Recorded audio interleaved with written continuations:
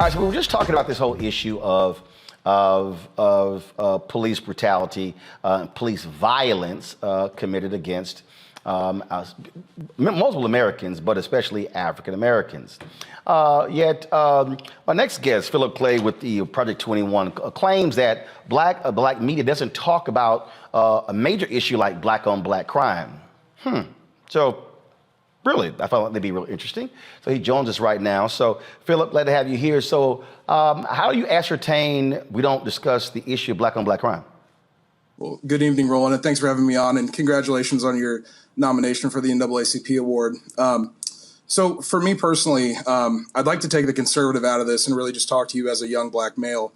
From where I sit in Indiana, which has a very high crime rate when it comes to black Americans, I don't see the same outrage and instances of black on blacks, young black teens killing black teens, as I do when I see 5 black officers beating and killing Tyree Nichols in tragedy, or in instances like you were just talking about earlier in Mississippi, or in the George Floyd instances. To me, the article that I wrote and the reason I'm on your show is because I feel that until we as a community can start to rally together and say no more, we can't progress. My article intends to say that we need to, as a community, come together and stop blaming police, just blaming police, and we need to stand together, and we need to progress, and we need to make things happen. What is the, so you say you're there in Indiana. What is the white-on-white crime rate in Indiana? You know, rolling off the top of my head, I don't know that figure for you. So I'm trying to understand, if you only mentioning black-on-black crime, how do you not mention white-on-white crime? Because if we're talking about crime in this country, we've seen an explosion in the last several years of crime in rural America that doesn't involve black people. Right. Although 89% of black people are killing other black people. There was an article, unfortunately I can't share my screen like you can. Right, but the reality is, if you look at actually crime in America, it typically happens where people live. So typically, if you're black, crime is being committed by someone black, and if you're white, crime is being committed by somebody white. So why is it that no one ever mentions white-on-white crime? Why is it the pathology always black-on-black crime? Well, I think white-on-white crime is mentioned. I think it is. No, it's not. It's that phrase is never even used. It's literally never even used. So then what's it called, Roland? Oh, it's called, first of all, they just say crime. But what you have is you have folks who say black on black crime. So again, so what I'm saying is, why a population that's disproportionately affected. It is a big thing. And I'm not saying it's not a big thing, but the reality is we do focus on what is the underlying issue of crime. So what is that? What's the underlying issue of crime? Please tell me. Please tell me. You don't know? No, I'd love to hear your thoughts. No, first of all, if you're going to write about how we should be focusing on crime, then you might want to be talking about what is the underlying issue of crime. John Hope Bryant talks all the time that you've never seen a riot in a community where the credit score is 700 or higher. I was just in Wichita, Kansas, the MLK event, and the former police chief of Philadelphia, the police chief of Wichita who came from Philadelphia, we were discussing this, and the reality is you can track crime rates in neighborhoods based upon economic status. And so if you want to address, so when you say we don't address the issue of crime, we do, because on this show, we consistently are talking about economics. We're talking about education. We're talking about access to capital. We're talking about housing. We're talking about all of those issues. Those are the fundamental underpinnings of crime in America. Right. So I'm not sure if you read the article or not, but at the end of it, it does say that it's a community issue. We as a community have to fix this. But I don't think, like your last panelist was saying, by just vilifying police and saying that all the police are bad. And I'm sorry, who said that? I believe it was Reese. No, she didn't. Reese didn't say all the police were bad. We were very specific about what cops we're talking about. And so if we're talking about cops, because you talk about a disproportionate rate, the fact of the matter is we see it where cops do lie. In your neighboring Chicago, there was a judge who got so sick and tired of cops lying on the witness stand that he literally reported them to the Citizens Accountability, saying, I will not allow these cops to come back in here. You have district attorneys in Prince George's County and also in Chicago. They have lists of cops who they will not let testify because they are known to lie. So why can't we hold cops accountable for also committing crimes and lying and making things up in police reports? And we will talk about what happens in the neighborhoods. Why can't we hold them accountable? They got badges and guns. No one's saying that we can't hold them accountable. And I want to make that clear. And the article doesn't say that we can't hold them accountable. The article clearly says that good cops call out bad cops. And despite all I'm sorry, you said good cops call out bad cops? Good cops call out bad cops. That's a lie. That is literally a lie. We saw right there in Memphis where so were there any good cops who showed up?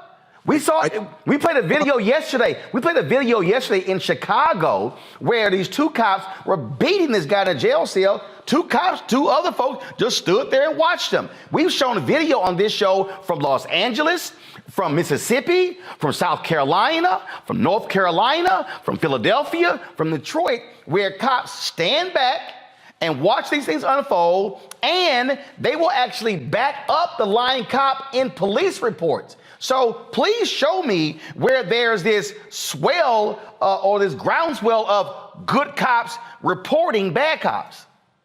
Roland, you and I agree on that subject, that those people are not good cops, the people that stand by idly and don't do anything.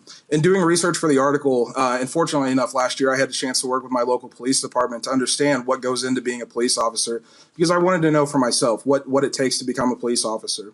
One of the things that was taught, one of the core things, was that not only is use of force a last resort, but you're also taught to de-escalate your partner when your partner becomes too emotionally involved or too attached to whatever's happening. How often have you seen that? How often, when you've seen a lot of these video footages, now I've seen de-escalation when the person's white. I've seen a whole lot of de-escalation. But typically, when I'm seeing body cam footage and it's somebody black, I'm seeing an escalation of tensions. And so please give me some examples where de-escalation is often happening. You're talking about the videos that have been seen. What about the thousands that haven't been released because there was a successful de-escalation or there was a successful stoppage of whatever was happening? Or the examples where the cops didn't turn the cameras on, and where in Chicago they were breaking the antennas off of the dash cam cameras as well. I mean, again, the point here is, again, we're still talking about a fundamental problem in this country. Last year, police in America, based upon the data, Samuel Singawe, we had him on the show, they killed more people in 2022 than any other point in history. We have seen a dramatic increase of police violence. We have seen insurance companies come out and say that they are going to stop insuring cities, or they're going to actually raise their rates because of the high number of police violence cases. And so I'm trying to understand, you want to talk about black on black crime as a conservative. Here's what I want to know. Where are all of the fiscal conservatives complaining about the millions upon millions and billions being spent on police settlements? That's a good question, Roland. They're not there. I guess who I don't see? I don't see Grover Norquist.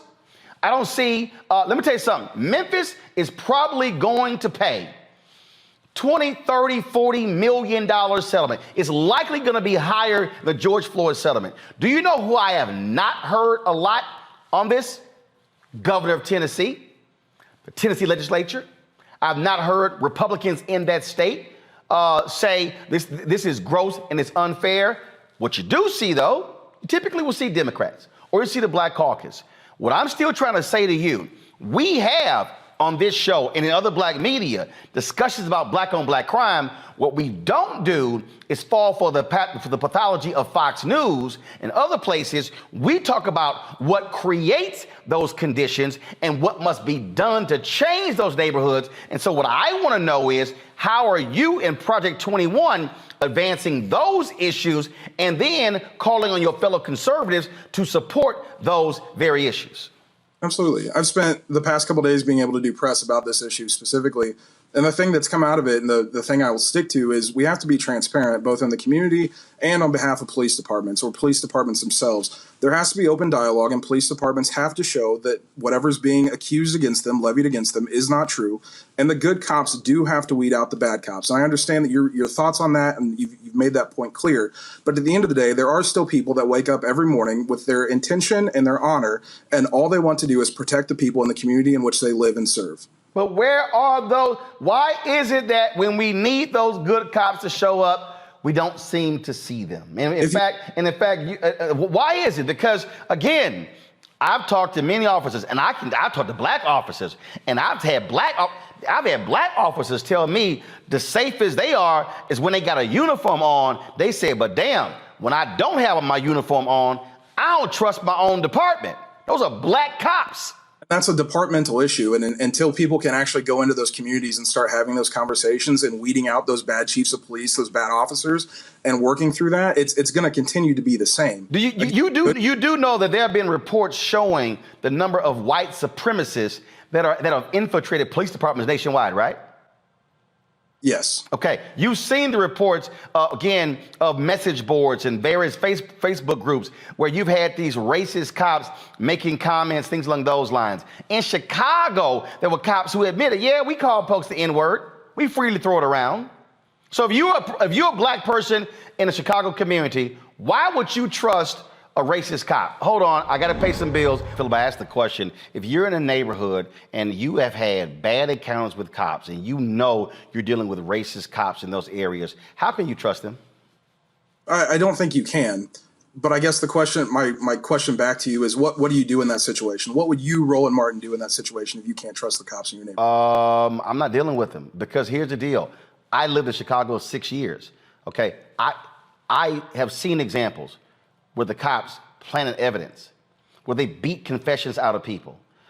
Chicago had to pay upwards of $40 million in reparations to a number of black people who were beaten, who actually were electrocuted, their testicles, by Captain John Burge and those racists in the department. Chicago actually had a Holman Street location where they were holding people, depriving them of their due rights. Attorneys didn't even know where their clients were being taken. When the consent decree came down in Chicago, they admitted, oh yeah, we use the N-word. They admitted driving gang members from one territory to another and dropping them off to see if they actually lived. Okay, we saw again under Trump where Sessions tried to get rid of the consent decree in Baltimore. Cleveland's been under 2 consent decrees. But again, if we're gonna have a discussion about black on black crime, let's also at least say white on white crime, but let's deal with the issue of how do you address crime? You do not address crime with policing. You have to address crime in a holistic way. And unfortunately, Philip, Republicans and conservatives do not want to do that in this country. It's a matter of more jails, more police, more funding. Let's increase the funding, but not deal with the fundamental underpinning of crime in neighborhoods, which is poverty. Again, I ask if you read my article, because at the end of it, again, I do say the only way that this works is if we as a community come together and try to fix this morally bankrupt system. But why is it at the end of your article and not the beginning of your article?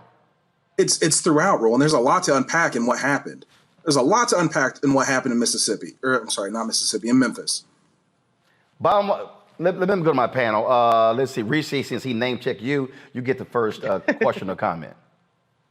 Yes, I actually did read the article, and I have to say I think it's appalling to use the brutal death of Tyree Nichols to advance propaganda as Black people as violent. You compared. You compared. I listened for the past 10 minutes without, whatever. So anyway, so you compared the cops to gang violence, which is more coded language, anti-Black coded language. And I do agree with you on that, though, because the police departments, like the ones that are out of control and need consent decrees, which as a member of Project 21, I'm sure you know that in their Black agendas to do away with consent decrees, that the police officers often are like gang members. This just so happens to be Black gang members that are in the police department, and they just so happen to not get the protection of that blue line. But to your point that Black people don't care about Black on Black crime, that is completely false. I lived like Roland. I lived in Chicago, where every summer, and I'm appalled by violence. Period. Regardless of the race. But every summer, as soon as it got over 50 degrees on the radio all day, all you hear on every single radio station is stop the violence, leave the guns at home, don't kill anybody, don't shoot anybody. I remember very vividly when Hadia Pendleton, a young lady, a young teenager, went to the White House went to the Obama inauguration, and she was gunned down in Hyde Park. And First Lady Michelle Obama actually went to her funeral. And so this whole notion that Black people don't care about crime within our race is even more anti-Black and white supremacist. But my question to you is, how do you reconcile this notion that cops are inherently good and that we need to weed out the few bad rotten apples if you are part of a project that wants to do away with consent decrees and wants to federally enshrine qualified immunity? What I've been saying in this article, what I will continue to say, is at the end of the day, there are men and women who wake up every day who want nothing more than to serve and protect the communities in which they live in. That has been my stance. That will continue to be my stance. Black conservative, white conservative, Black Democrat, white Democrat, whatever. That's my stance. Okay, so but before I go to Erica, I have your article up. Go to my iPad, please. So here's the deal. Your lead in your article, you talk about working with local cops. Then you talk about you're not naive that your hometown in Indiana is Memphis.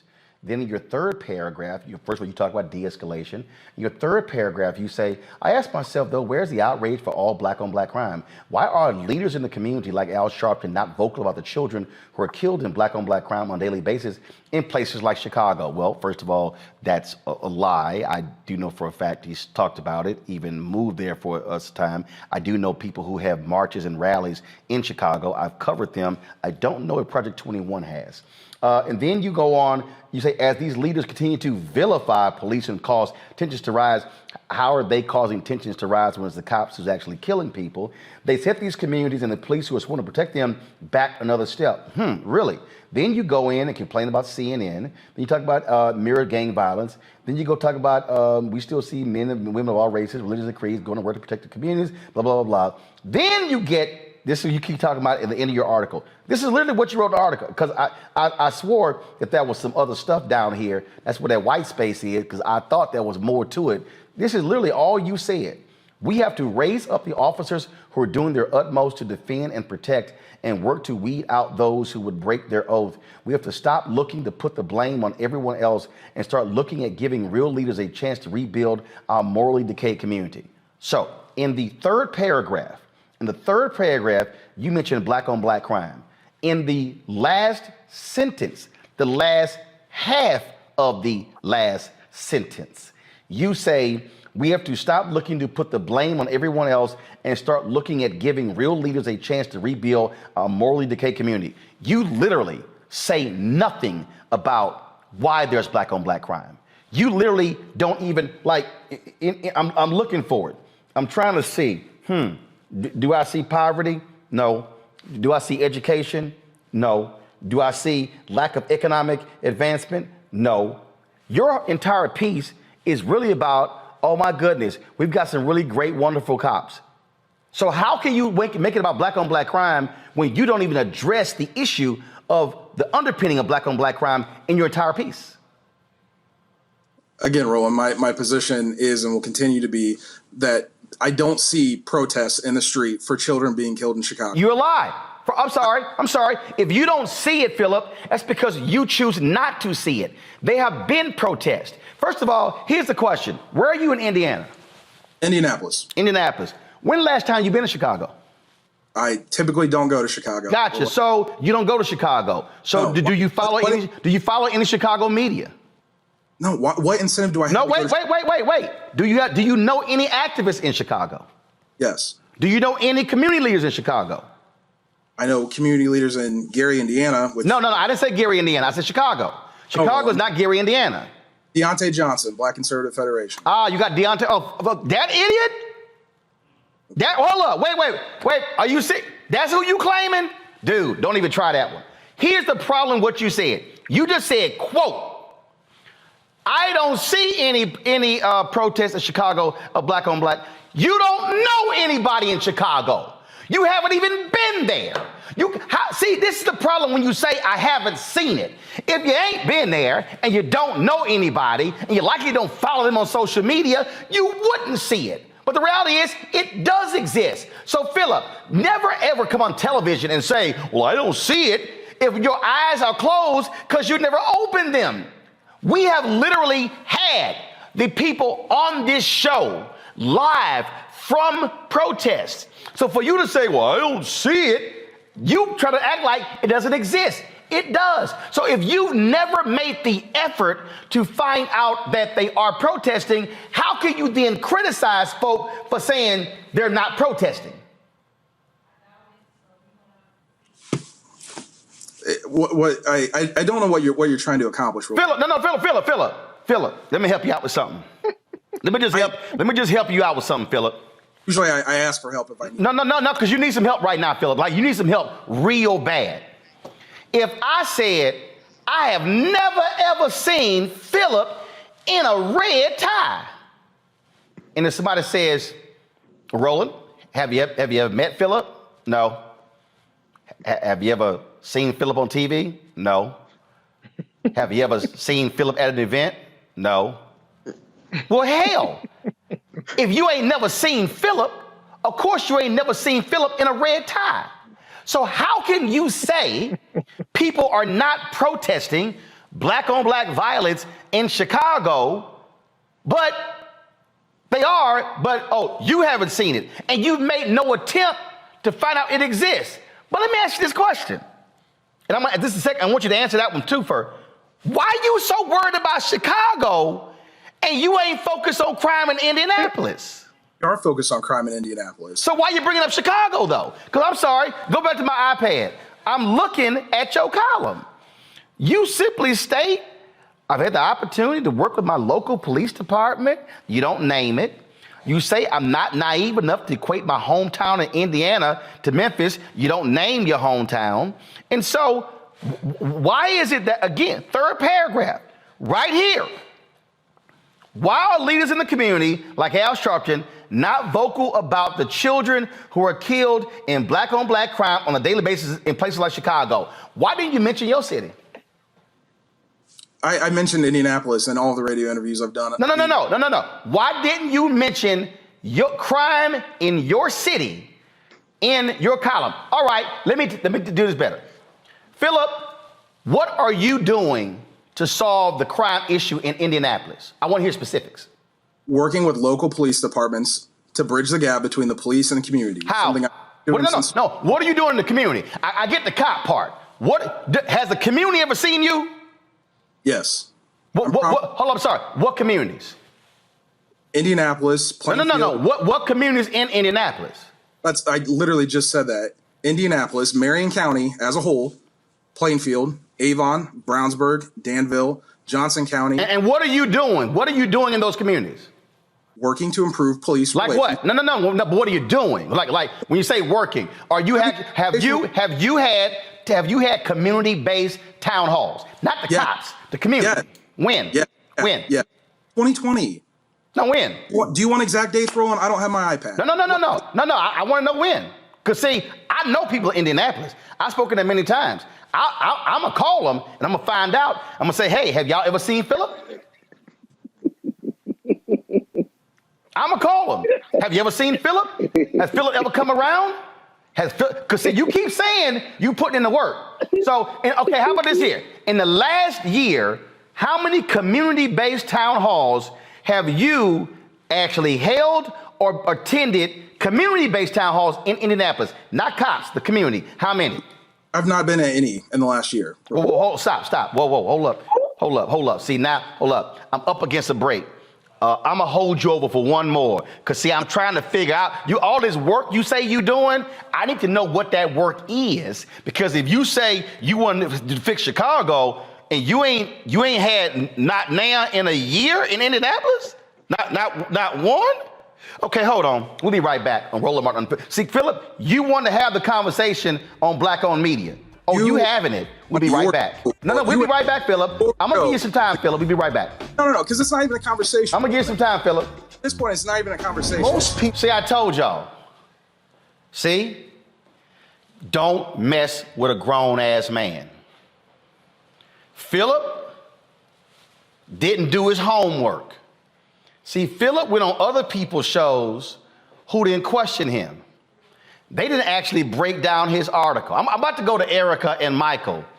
But see, oh, by the way, y'all, you know Philip hung up. You know Philip hung up. He hung up. And they've been calling him back, texting him. And I said, let him know he can talk for the first 2 minutes. But Philip hung up because he couldn't take that heat. Because see, y'all, see what happens is, see, Philip, the basis of his, see, y'all got to understand. The basis of Philip's article, oh, y'all don't discuss black on black crime. Okay, you want to have that conversation, Philip? Let's have that conversation. And y'all heard he kept saying, no, but I said at the end of my article, we as a community, we got to come together and solve the problem. Oh, but then when I asked Philip, when has the community seen you? Philip, well, I work with the cops, not the community. Oh, Philip, Philip, when did you last work with the community?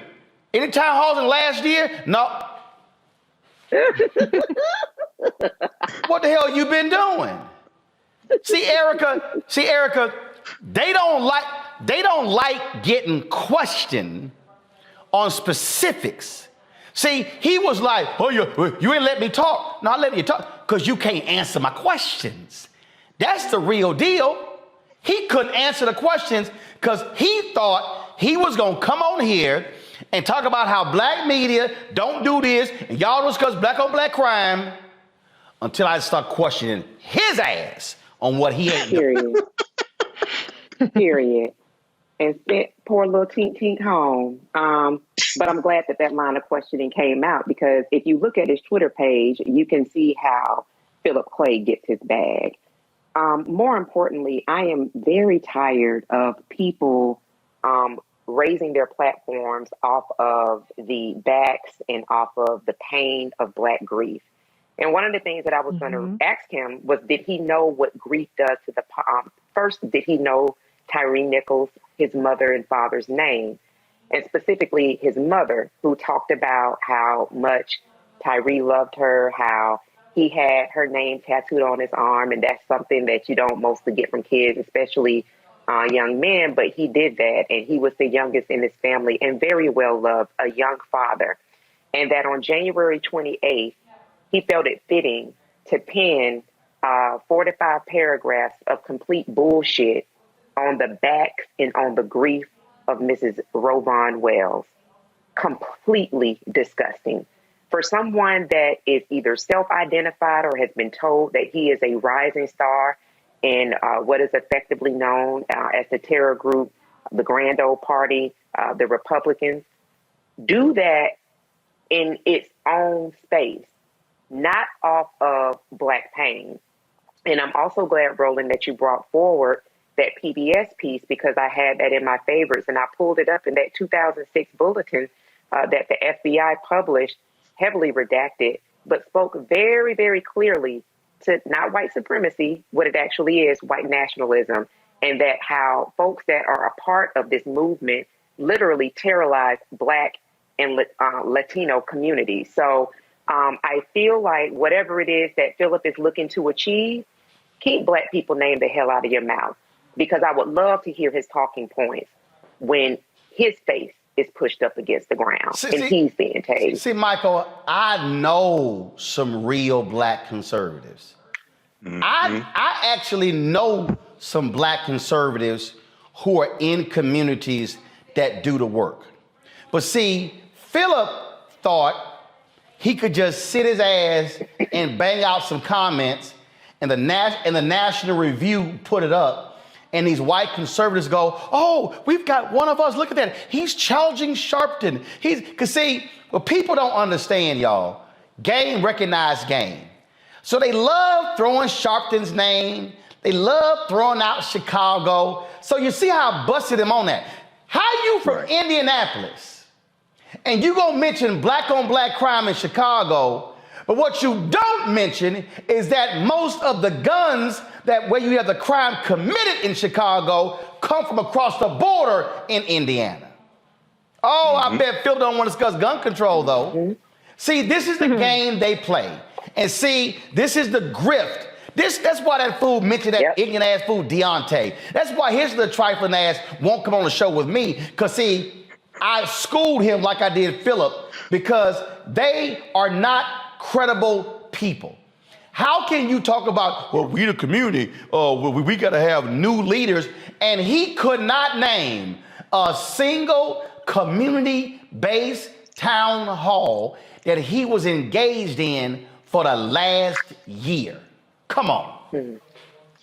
Yeah, Roland, I read the article from J. Philip Clay. First of all, when I saw he was from Project 21, I said, this is going to be some BS right now, because I was on with Reese when Craig DeLuce was on, and we tore his ass up, okay, from Project 21 also. So I read the article, and just like you, Roland, I saw the white space at the bottom, so I thought it was a whole right. 3, 4, 5 paragraphs. Hell, wait a minute, hold on. I hit refresh because I thought only half of the article loaded. So I hit refresh, and I was like, hell, that's just white space. It ain't nothing down here. Exactly. I kept looking, and I said, wait a second, is this it? Because I printed up the article. It's right here, and I made notes because I had questions for him.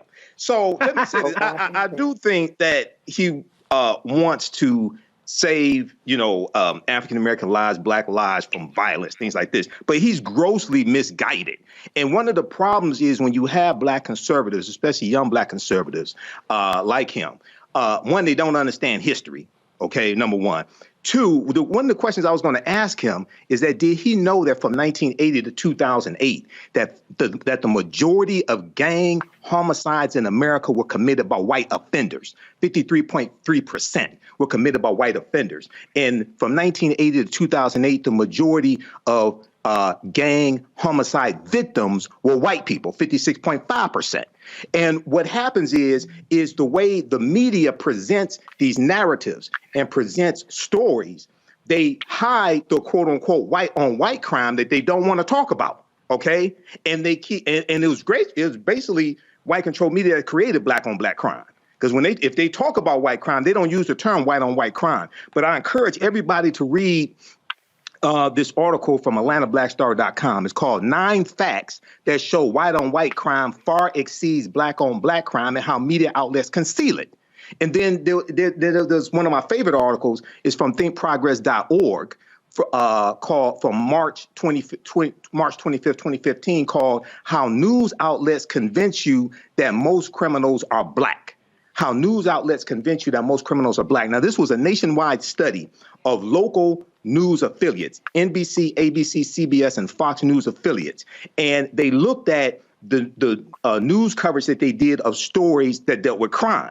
And they found that African Americans made up disproportionately stories where they were the perpetrators, but it was disproportionate to their arrest rate. So we made up like about 51% of the arrests, but 75% of those stories dealing with crime. Got it. So this is the game that conservatives play. This is not Fox News. You need to know what you talk about when you come on this show. See, the thing here, Reese, this laughable. I don't see people protesting black on black crime in Chicago. Do you know anybody in Chicago? Nope. Do you follow anybody in Chicago? Nope. Have you been to Chicago? Nope. Well, of course your blind ass ain't seen nothing. But see, again, that's why you don't make stupid comments like that.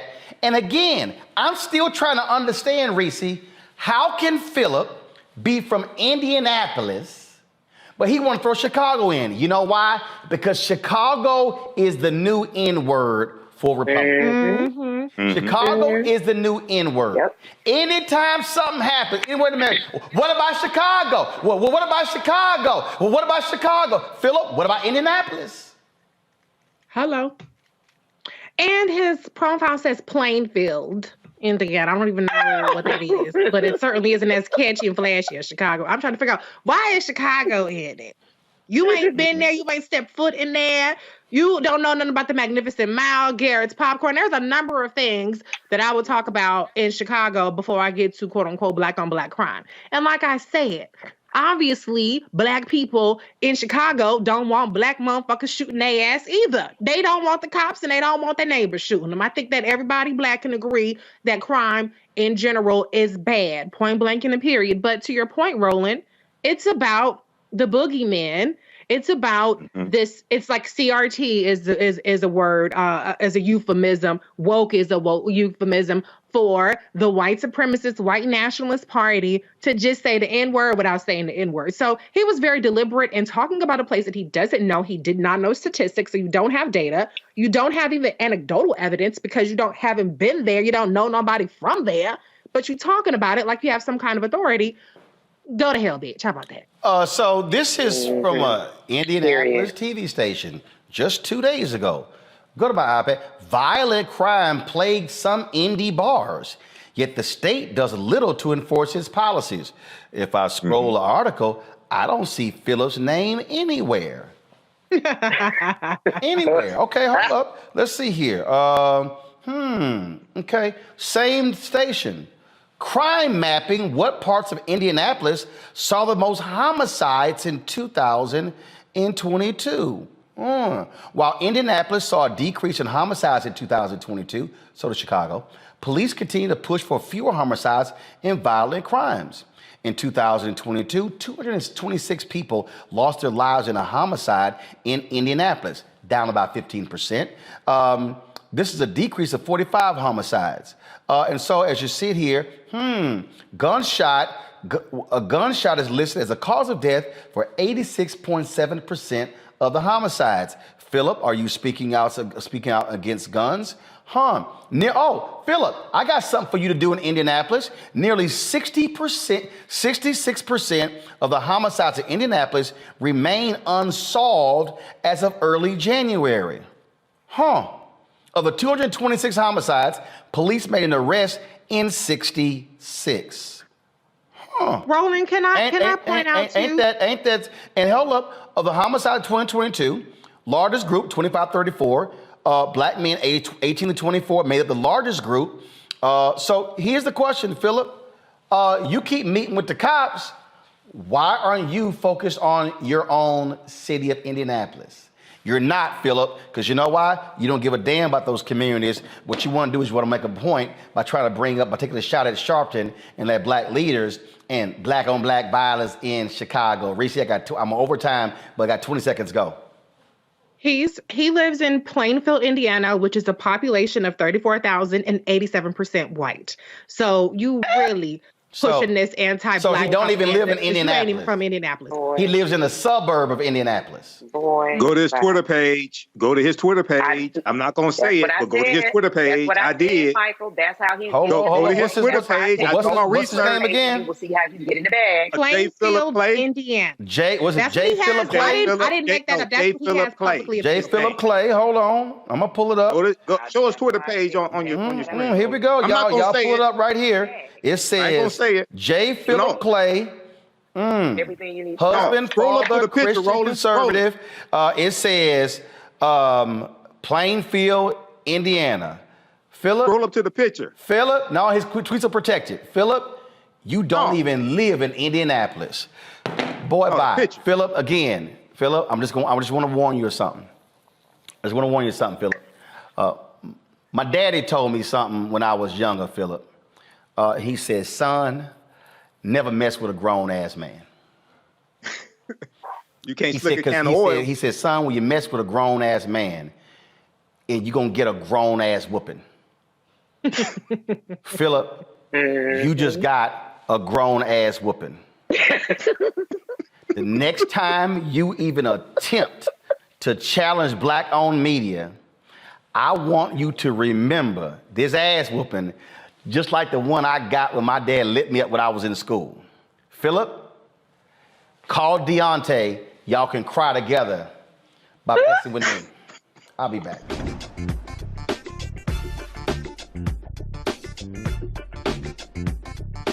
Folks, we're 1 year away from the 2024 presidential election. Donald Trump's leading the polls on the Republican side. President Joe Biden, of course, on the Democratic side, is likely to be a rematch from 2020 when Biden beat Trump. A co-founder of a Black Lives Matter chapter in Rhode Island says that Donald Trump has done more for black folks than any other president, and actually he is the choice. Mark Fisher is that individual. Mark joins us right now on the show. Mark, glad to have you here. So first and foremost, when you made an assessment about this campaign, and you basically said nobody is good. That's right. Okay, explain. Well, I mean, it's self-explanatory. Everybody else sucks, I said, to quote myself. And, you know, when you look at who we have sitting in the White House right now, I said he's a deep disappointment. He's let me down. He's let my community down. The whole Democratic Party is a complete disappointment. And I think that as an independent, I will endorse Donald Trump as the best candidate that we have. Why is he the best? Well, because he's somebody who I would consider a strong man. I consider him somebody who would give us respect on the world stage. You say we don't have respect on the world stage? I feel like it's waning. I feel like it's what? I feel like it's when we have somebody like Joe Biden as the head of state representing us globally, I don't think it's the same as if it's Donald Trump representing us. President Joe Biden was able to pull back the NATO coalition, which Donald Trump actually splintered during his 4 years. That played a role in terms of what we see happening with Ukraine and Russia. We have also seen, again, European leaders talk about his leadership. So explain that, because obviously international leaders except for the dictators, they had a totally different view of the foreign policy of the United States under Trump and Biden. Well, fundamentally, they both come from a different perspective.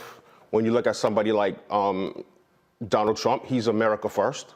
Make America great again. Joe Biden is a globalist from a globalist camp. How is Trump America make it great again when, if you look at Donald Trump, even before he got in, he's been doing business all across the country, doing Saudi Arabia, doing China, and all of his deals since he got out of the White House. So how is he a Make America First when that's not how he's operated in his business all of these years? Okay, well, when you look at the persecution that he's facing, 91 felonies. 91. So what, you're saying he shouldn't have been indicted? That's not what I said. I said, No, you call it persecution, so which means that he is being targeted. How is he being persecuted? Well, Letitia James ran on getting Trump. That was her whole campaign motto. We're going to get Trump. Am I wrong? The judge in New York has already ruled against them that they actually were inflating the value of their property. Okay. Now the trial is going on. No, but you said he's being persecuted. How is he being persecuted? Is he being persecuted in Georgia, where 3 of his attorneys, they actually have already pled guilty in that particular case for their role in the 2020 presidential election in Georgia? Yes, they did. They pled guilty. Right. So how's he being persecuted, though? Because they're trying to use them to get him. No. How is he being persecuted? Did he not, based upon, according to District Attorney Fonnie Willis, that Donald Trump tried to get officials in Georgia to, frankly, change the results of the election? Look, I could get you to jump off a bridge or to try to jump off a bridge. And if you jump off a bridge, am I responsible? Okay, you do know he's on tape calling the Secretary of State saying, find me 11,000 votes. He tried to pressure the governor, the Secretary of State, the head of the elections. So that's just one particular case as well. In the documents case, they asked him to return the documents. He refused to do so. He lied to his own attorneys about that. He told one of his employees, who is now flipped, do not move those documents. So I'm trying to understand, say he's being persecuted. If an individual committed acts, that's on them. So how is he being persecuted? Because they're trying to use them to get him. No, not them. I'm asking you again. If the federal government, if they say these are classified documents, you are to return them, he says no. And they say, we have a subpoena. He ignores the subpoena. When he tells his attorneys took actual notes. Okay, well, hold on. No. You said Hold on. he's being persecuted. Wait a minute. And that's just 2 cases. 91 felonies. You can't even keep up with all the felonies. You can't even track all the cases across the country. Actually, you can't. And the charges that he's facing. You have to take them one at a time, and there's so many. They're coming fast and furious. Actually, we can track them. But again, though, if an individual believes that he is above the law and he's not, if he committed crimes, then he should be prosecuted. Yes or no? Nobody's above the law. That's not the question. The question is, did he commit crimes? Well, first of all, that's why they're trials. That's the question. Well, first of all, that's why they're trials. Right, exactly. So, but when you talk about somebody who's acting on their constitutional right. What constitutional right? Freedom of speech. Is there a constitutional right to overthrow an election? He believes, and as many do, that there was some suspect activity involved in the 2020 election. How many lawsuits did his campaign file, and how many did they win? So, but what I'm saying, asking you a question. I don't know. What I'm saying I can give the answer. More than 60 lawsuits were filed. They lost them. Courts, Trump judges, Republican governors, Republican Secretary of States certified the election results. Now, here's the question. I'm confused. If there was election irregularities in Georgia, how did the Republican governor win? The Republican lieutenant governor, the Republican Secretary of State. How did Republicans win all statewide offices in Georgia in 2020, but this one race, there were problems? I'm going to tell you. How? Because they're all part of the same deep state. Dude, corrupted. I'm confused. I'm confused. Let me finish? Brian Kemp, the governor of Georgia, endorsed Trump, correct or not? They're all part. I'm asking you a question. Did the Republican governor, Brian Kemp, endorse Trump? I don't know. Yes, he did. Did the Republican lieutenant governor endorse Trump? I don't know. Did the Republican Secretary of State endorse Trump? Yes. So again, I'm confused here. All of these Republicans endorsed Donald Trump, yet all these Republicans won. He didn't. He's saying, oh, it's fraud. So, like I said, when you look at the government, both parties. Hold on, no. See, again, Democrat and Republican. You mentioned persecution, and there were 4 cases. You mentioned especially the Democratic Party. You mentioned 91 indictments. It's a smorgasbord of BS. You still, but hold up. You say let's take it case by case. Suspect behavior and activity. I'm taking it case by case. Both parties. No, I'm taking it. And he's anti-institution. Mark, you say that's the problem that people have with him. That's the problem James has with him. That's the problem Bragg has with him. That's the problem Smith has with him. And that's the problem Willis has with him. That he is anti everything they love. No, he's not. Institution. No, he's They're not. very comfortable, right? And rightfully so. I'm not here to bash them or hate on them. God bless them. I love them. But what you're doing is making stuff up. What am I? So again, though, you say it out of your mouth. He was being persecuted. You mentioned the 91 indictments. You mentioned the 4 different cases. I walk you through 2 of those. The judge has already ruled that Donald Trump and the Trump organization absolutely inflated their assets, which is against the law. Donald Trump's own accountants testified that they actually inflated. He even inflated the size of his own penthouse. I just don't understand how people can't think for themselves. You got all these zombies walking around. You're telling me you got all these people walking that can't think for themselves, doing whatever's in their best interest for their own expedience and their careers. But every time it happens, it comes back to Donald Trump. Donald Trump. Throw him in prison, take all his assets, throw him under the bus, take him off the ballots. Like, you don't think people can see this? So what you're saying is this is anti-American. What you're saying is actually no, because there's a sign above the Supreme Court. It says equal justice under law. What you're saying is you don't mind a liar. What you're saying is you don't mind somebody making. What did he lie about? Donald Trump lied about the value of his assets. Donald Trump has lied about not trying to overturn. Can I say something? Hold on, Mark, I'm not done. On that point, Mark, I just want to, because you said he lied about the value of his assets. You're saying that he lied, his people are lying for him all the time. So what I'm saying is, if he's asking for 11,000 votes, if they're doing that, if he's asking people to make his property as lucrative and as attractive as possible, And these people are doing it, right? They're doing it. Whether they're doing it or not, that is their own personal business and choice to do that. If he says, I'm looking for 11,000 votes, you're absolutely, I know people who have reached out to me, black people, who tell me that there has been all kind of fishy business going on. And Mark, double voting, triple, quadruple, and you're right quintuple voting. No, I can tell you, people are reaching out to me, telling me they keep calling him Bill, William, Willis, so on and so on. And the Democratic elected. So you say, oversight. Oh my God, I see double voting. That's what people are telling me. But the Republicans in Georgia. So I'm just saying, Mark, wait a minute, Mark. There's reason. I'm going to finish, Mark. There's reasonable doubt. I'm going to finish. No, it's not. No, it's That's not. all I'm saying. When you have, and you can't blame him for that. That's protected under our First Amendment right. Are you literally making this up as you go along?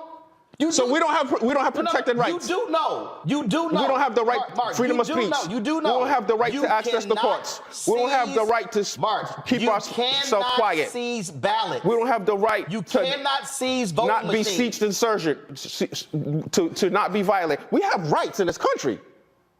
And that's one of them, to speak our mind. Assembly. Mark, we have these rights. Speaking your mind and lying. Aren't you a pastor? I have a background in theology. Okay, you got a what in theology? A background in theology. A background in theology. Mm-hmm. I've never been a pastor. Okay, I preached. I taught Bible study. The question. Yeah. Okay, fine. So does the Bible, that you actually read, what does it say about lying? It said all lies will find their place in the pit of hell with fornicators, homosexuals, liars, and all ungodly form. Well, that must mean Donald Trump is sitting on a throne in hell, because that man has just lied about numerous things. Well, listen. But hold up. I'm gonna ask you this question. You said that Trump has done more for the black community than any president. What has he done? He's done a lot. Name it. Actually. Name it. And I'm surprised that most people don't really know. No, I'm asking you to name it. Okay. Name it. I'm going to. For starters, because this is important as an educated man, and $250 million annually has been allocated to HBCUs, which is big because I went to Hampton. No, it's not a lie. No, it's not a lie. Stop. I'm sorry. No. I'm sorry. And minority serving schools. I'm sorry. But it's all together. It's for people of color. Let me ask you a question, Mark. 90 million of it went to black schools. Mark, and not only that, Mark, let me ask you a question. It was about to be expired. He took the initiative to not let it expire. And not only that, Mark, you're wrong. Give it a 10-year stay where it was being done every year. He said, why do we have to keep coming back every year to get money? Mark, what you just said right now is a lie. What am I wrong? Let me prove you. Prove me wrong. The program that you're talking about started under President George W. Bush. The president and CEO of the United Negro Fund thanked him publicly. Will you please listen? See, again, no. When you're operating in an alternative world, I'm giving you for real facts. Let me say it again.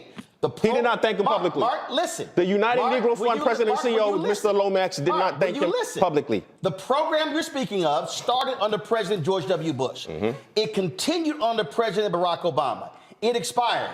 What you do not know is that Donald Trump zeroed that program out of his budget. It was Congressman Alman Adams of North Carolina who put it back in the budget. She was the co-chair of the Congressional HBCU caucus. Then it went to the United States Senate. Donald Trump, let me tell you again, Mark. Signed off on it. No, he did not sign off on it. Again, Donald Trump's budget, which he submitted to Congress, removed the money. Congress put it back in, led by Alma Adams. Now, do you know who broke that thing down? A gentleman named Walter Kimbrough. Do you know who Walter Kimbrough is? Two-time HBCU president who detailed it, who was actually in that meeting in the Oval Office when Trump was there. So what you're sitting on, you're saying, oh, $250 million. Let me ask you this question. How much money have HBCUs gotten in the last 3 years from the Biden-Harris administration? I don't know, but I never paid $10 for eggs or $5 for gas. What school did you say you went to? I never paid $10 for eggs or $5 for gas. Mark, don't try to change the subject. No, I'm just telling you. You're talking about the economy. Under Trump, it was booming. Mark, I'm asking you again. And black unemployment was at a historic all-time low. HBCU. You want to talk about numbers? We're going to stay on HBCUs. What school you went to again? I went to Hampton for a year. Oh, you went to Hampton. And then I went to North Point Bible College in Haverhill, Okay, Mass. so let me ask you this question, Mark. You said Trump allocated $250 million to Black and Hispanic serving institutions. About 90. You're reading it. No. I don't have to read because I got it up here. You say about 90 million of that went to HBCUs, right? That's what you say, correct? That's correct. Mark, that is the recognized information. Mark, are you consensus aware? information. Are you aware? In the last 3 years under Biden and Harris, $6.5 billion has gone to HBCUs, not Hispanic serving institutions. HBCUs, $6.5 billion. So you held up $90 million under Trump and $6.5 billion under Biden Harris, but you say Trump is better for HBCUs? You're telling me. Do you need the proof? You're telling me Joe Biden. Do you want the proof? Gave $6.5 billion. I'm sorry. Do you want the proof? Yeah, I'd love to see that. Okay, here's the deal. To HBCUs. Oh, no, yes. And when he can't even. Hold up. He can't even put together a reparations commission. Why would he do that? And a matter of fact. He's such a flip-flopper. Hold up, wait. He's such a vacillator. Oh, here we go. You went to Hampton, Hampton, right? He's such a right? liar. You went to Hampton, right? He's such a duplicitous. Did you go to Hampton? Did you go to Hampton? That's why he picked the vice president he picked. Did you go to Hampton? He could have picked anybody else. Did you go to Hampton? Because they're both just as duplicitous. Did you go to Hampton? You say you went to Hampton, right? 2 peas in a pod. You went to Hampton, right? She's Indian. You went to Hampton, right?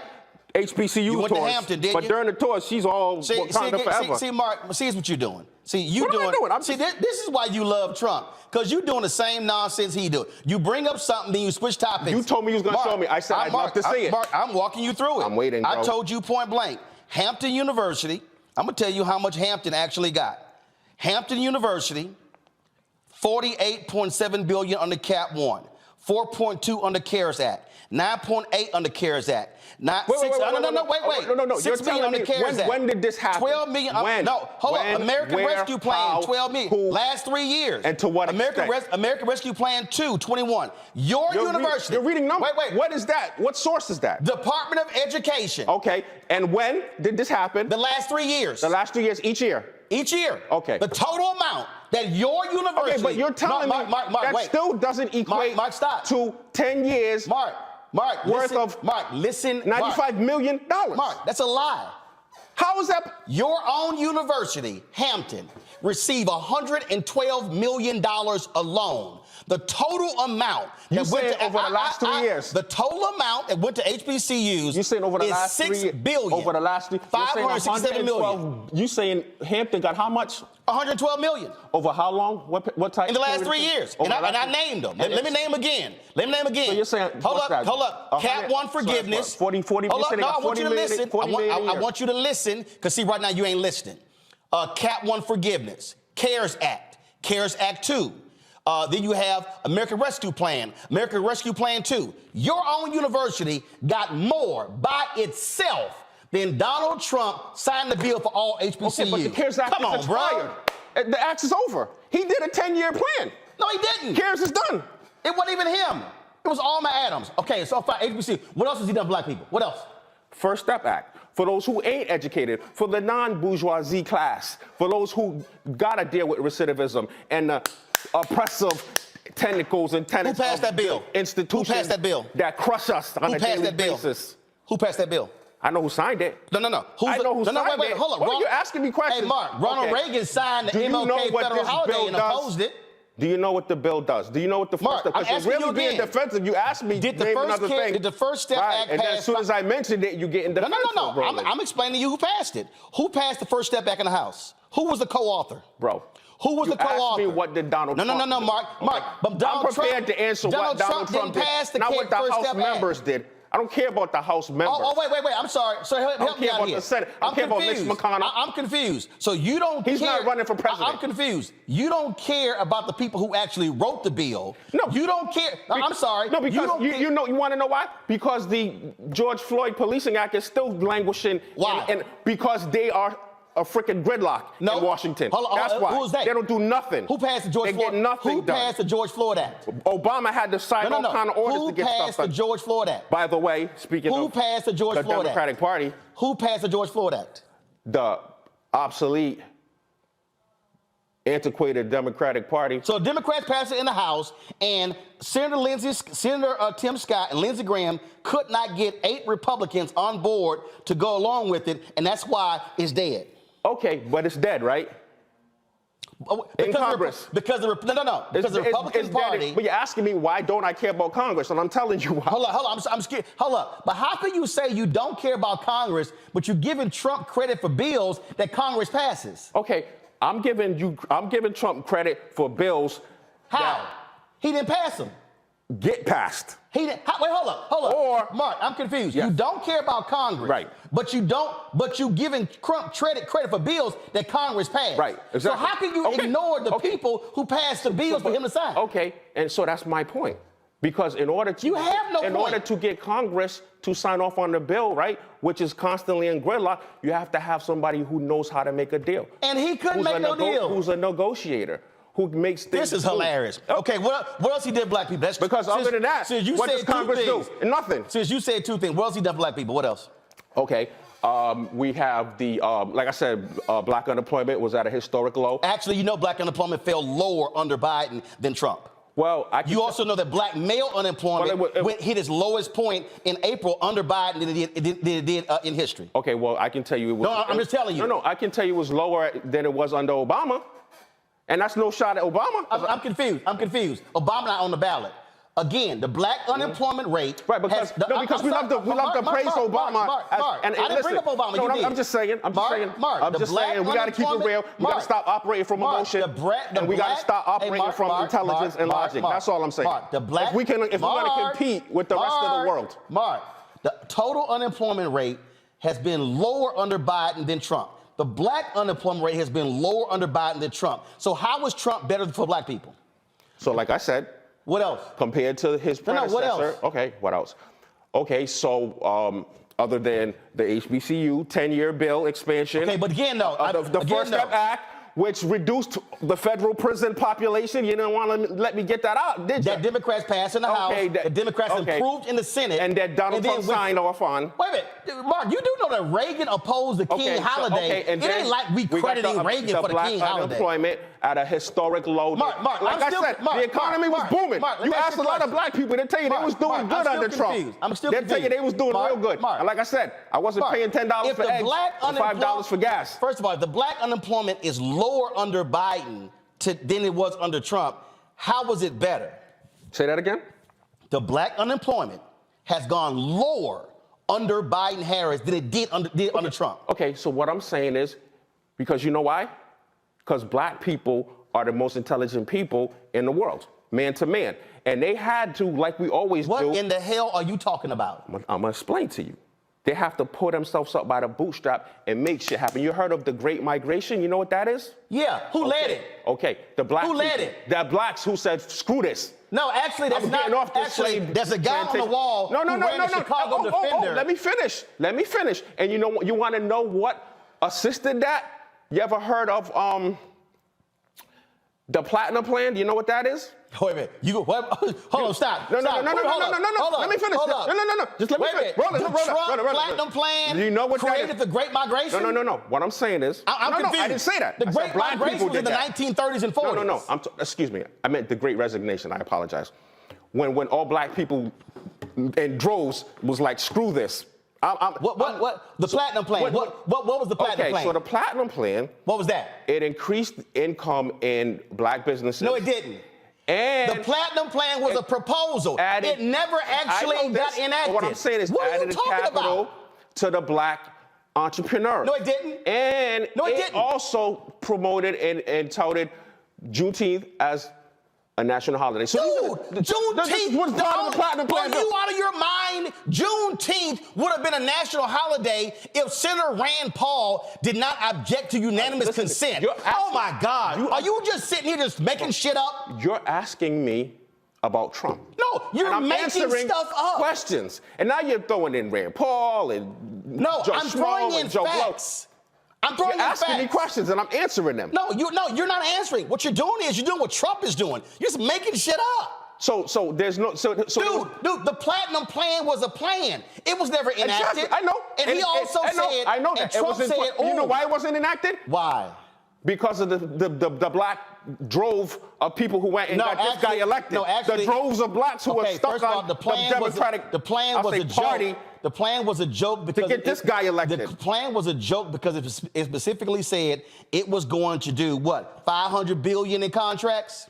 Let me ask you this question. How was the total amount of contracts the federal government gives out every year? Okay, so Mark, I'm asking you a question. What's the total amount of contracts the federal government gives out every year? I don't know. It's $560 billion. So you trying to tell me that the total amount of contracts the federal government awards every year to everybody is $560 billion, and Trump was going to award $500 billion of black people? Are you literally out of your mind? So, like I was saying. Answer the question. Now, opportunity zones. Oh my God. Also, a low-income community incentivized plan. That I call the Trump White House. Nice try, Mark. I call the Trump White House. It was proposed to revitalize the inner cities by giving business owners, developers, and property owners. And guess what, Mark? I had a pastor. Tax breaks. Mark, let me help you out. Capital gains. Let me help you out, Mark. To pump life into our dead economies and cities. I don't know what the hell you read. No. But bruh, that's what it is. You are literally. That's what opportunity zone is, Roland. Mark, this ain't gonna go on much longer, because right now, dude, you just making shit up. I literally. Did he not sign into law? Mark, listen. The first and only new historic park in Martin Luther King Jr.'s name in Georgia. Are you out of your? Okay, so then. Oh my God. He did not sign into law and create a new historic park in Georgia in honor of Martin Luther King Jr. He didn't do that, Roland. You literally say, let's support Trump because a park was created? No. You're asking me. No, see, this is the problem. No. I noticed how you skipped over that platinum plan. This is the problem. Mark, I noticed how you skipped over those contracts. The narratives that people believe and buy into instead of creating their own narratives. I noticed that's how what you I'm doing. Over the I'm creating a narrative actually, like I did with myself. What you're creating, because I no longer choose to be defined by you, by the news, by print, by media, or by my neighbor. Okay. I define myself. Mark, here's the deal. Everything you just laid out. When I say you are so wrong, when I say you're factually wrong, when I say you can't, and then when you get hit with facts, you want to hopscotch on to the next thing. I brought up contracts, and I gave you the number of federal contracts. Trump said, I'm going to do $500 billion with black people. It's only $560 billion total in federal contracts. That was a flat-out lie. You fell for the okie doke. And so I walked you through. You're touting this $90 million HBCU plan. He said he's going to. He said what? He's going to do $500 billion. That was the platinum plan. Mm-hmm. He was going to do $500 billion to black businesses when the federal government only spends $560 billion total for everything. So how in the hell is, if the federal government is spending $560 billion total, he just going to go, I'm going to give $500 billion to black people? I can tell you what, I didn't hear that. I never heard. I'm not. You didn't hear? No. Listen. I didn't hear him say I'm going to, because it's It's in the plan. Okay. The plan that you brought up. The platinum plan. Now, if he said that he's going to give $580 billion. No, he says $500 billion. $500 billion to invest in black people, right? Where's it coming from? That's a good question. You damn right, it's a good question. And now, like, and it ain't coming from the federal government. What I'm saying is, like, with a lot of things, he made shit up. I can't speak for him. I can't now you can't speak for him. No, I can't. I can't speak for him. Oh my God. I can't speak for you. I can tell you based on facts. What I know, experience, you literally what I read and see, have not recited any facts and historical sources, empirical evidence. What the facts are. That's what I can do. I can't speak for him. Mark, I feel for you, brother. I know you've gone down some rabbit holes, but listen, you ain't cited any facts. You haven't cited any of that. What you've thrown is stuff out that's easily disproven. Easily. Let me say something, Roland. Okay, final comment. Because I got to go to my black lawyers next. Because we're fighting these Trump federal judges who want to get rid of the Voting Rights Act. But go ahead. It's important to understand that, most importantly... Oh, my bad. I need to put on some Marvin Gaye because this is some bullshit. Go right ahead. Most importantly, we're trying to pivot off of the Democratic plantation. We're trying to make a pivot from this hold. How about you pivot to facts? This hold How about you pivot to facts? that this party has on my people. How about you pivot to facts? That's so destructive to my people How about and my you community. pivot to facts? That's what I pivot to. You literally- Now, if Trump is the alternative. No, he's and hey, not. I support him. Dude, you literally That's the most important thing. called the January 6 people dissenters when they were domestic terrorists. I said what? Say that again? You have been quoted as calling the January 6 folks dissenters when they actually are domestic terrorists. Well, listen, You support them? I stand in solidarity with any American brother or sister, like I said from the very beginning. You going stand in through hard solidarity with the times. Oath Keepers? That's going through hard Do you times. stand in solidarity with That's the Oath suffering. Keepers? That's Mark, because do I don't you take no stand in pleasure in any solidarity with- American brother. Mark, Listen, this Mark, is the thing. I'm asking you a question. I know how Do people you feel. stand And in solidarity with the Oath Keepers? Listen, Yes or no? I have empathy for black people, right? Because how do you think you I feel in my stand in solidarity community? with the Proud I have Boys? been castigated throughout my community and Say family dog. and friends. So here's the thing. But I know how they feel. I understand. Mark, and guess what? Because they hate Trump. But guess what? There's no future in that. There's no future in that. I know how you feel. No, ain't no future in this country if that lying, narcissistic insurrectionist is allowed back in.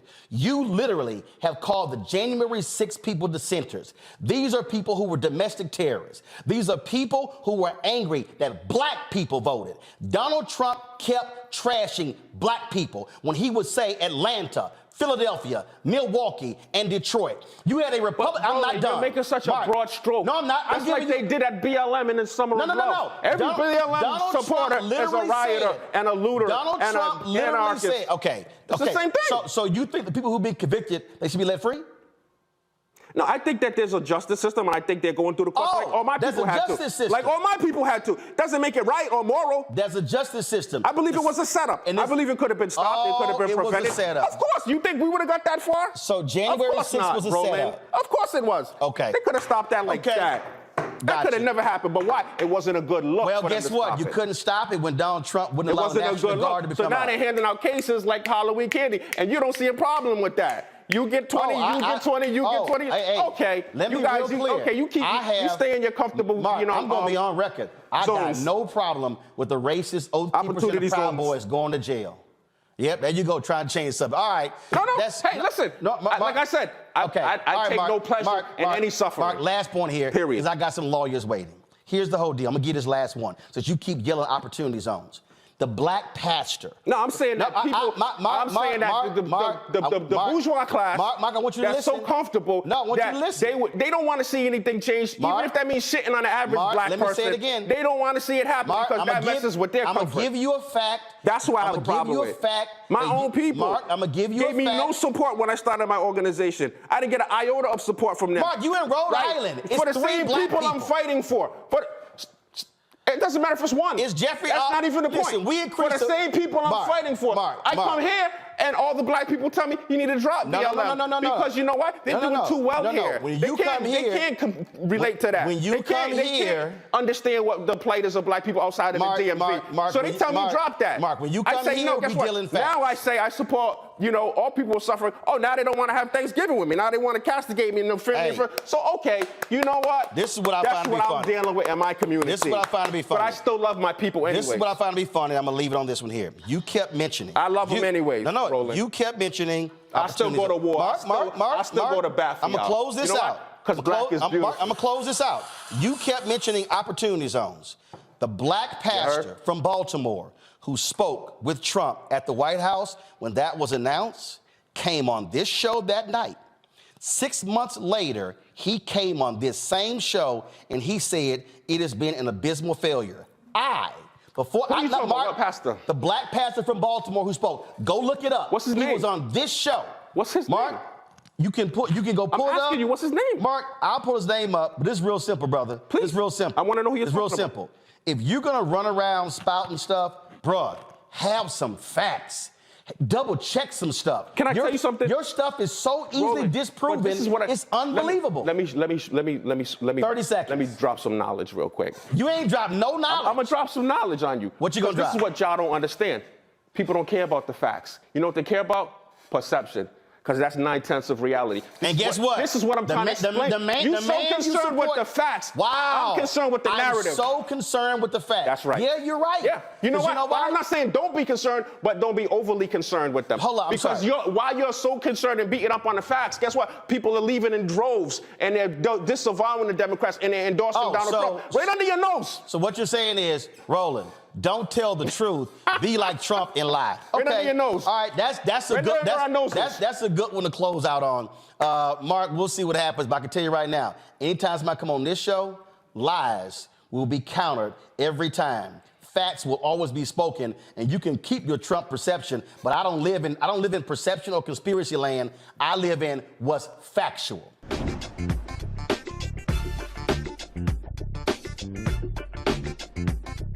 If you look back on 4 years of News One now, time for one of my classic clapbacks. In August, Paula White and Jim Baker had the nerve to call Donald Trump a man of God who is under siege from evil forces. You know, I had to respond. Oh, let me address you, Pastor Paula White. I'm going to take you to 1 Samuel 10, verse 17, when Samuel called the people and said, "This is what the Lord, the God of Israel, says. I brought Israel up out of Egypt. I delivered you from the power of Egypt and all the kingdoms that oppressed you. But you have now rejected your God who saves you out of all your disasters and calamities. And you have said, no, appoint a king over us. So now present yourselves before the Lord by your tribes and clans." See, that's when the prophet Samuel then anointed Saul because the people wanted a king. Here's what we know, Pastor Paula White. The people of America rejected God. They rejected a godly man. You had the audacity to say, how can anybody withstand what Donald Trump has gone through? How about 8 years what President Barack Obama went through? When the same person who you praise questioned his Christianity, questioned his faith, dared present the birther movement as somehow he was not a full American. That was an outright lie, but you stood with that man, the same man who said he grabbed women by the vagina, the same man who said he will force himself upon women to kiss them when he wants to, the same man who chastised Senator John McCain, who was a POW, the same man who chastised Mexicans, calling them rapists and calling them criminals, the same man who is not shown at all how to act like, sound like, or be a Christian. Oh, how dare you say that when the same man you praise and say to pray for said he has seen no reason in his life where he should somehow ask for forgiveness, when we know doggone well the moment of being a Christian is when you have to ask for forgiveness. You have to ask for grace. See, it was Dietrich Bonhoeffer, the German theologian, Pastor Paula White, who called this cheap grace. As when people commit sin, ask for God's forgiveness, and then go out and do it again. Here's the reality, Pastor Paula White. We are going to pray for this president because we have evil in the White House. We have somebody who wants to attack people of color, somebody who wants to attack the poor, somebody who wants to attack Muslims, who wants to break up families. You dare say nobody else has come under this kind of attack? Oh, please explain to me why so many conservative white evangelicals like yourself have been quiet.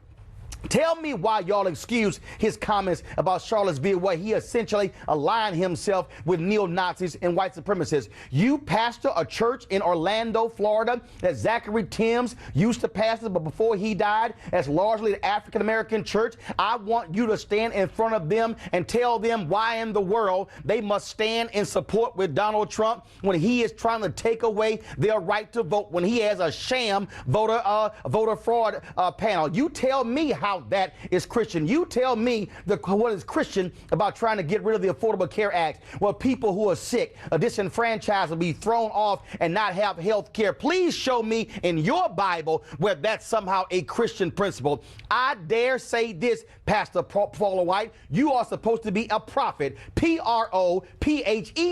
not Profit. God calls for the prophetic to stand up, to question people in power, to challenge them. Because let me remind you, it was the prophet Samuel who went to Saul and told him he was doing wrong, who said that you have went against the commandments of God. Let me remind you, Pastor Paula White, it was the prophet Nathan who went to David and said you sinned against God by laying with Bathsheba. What we need, Pastor Paula White, are not people who wave their Bible trying to get conservative Supreme Court justices. What we need are people who are going to to actually follow that Bible. I suggest you call Reverend Dr. William Barber to have a conversation about what it means to actually be a prophetic voice in the 21st century. I suggest you go read Dr. King's letter from a Birmingham jail, where he was talking to folks just like you who were saying black folks are pushing too much. And I dare say you use a prophetic voice to look Donald Trump in the eye and say it's time for you to stop acting like a grown child and to act like a man, to respect the office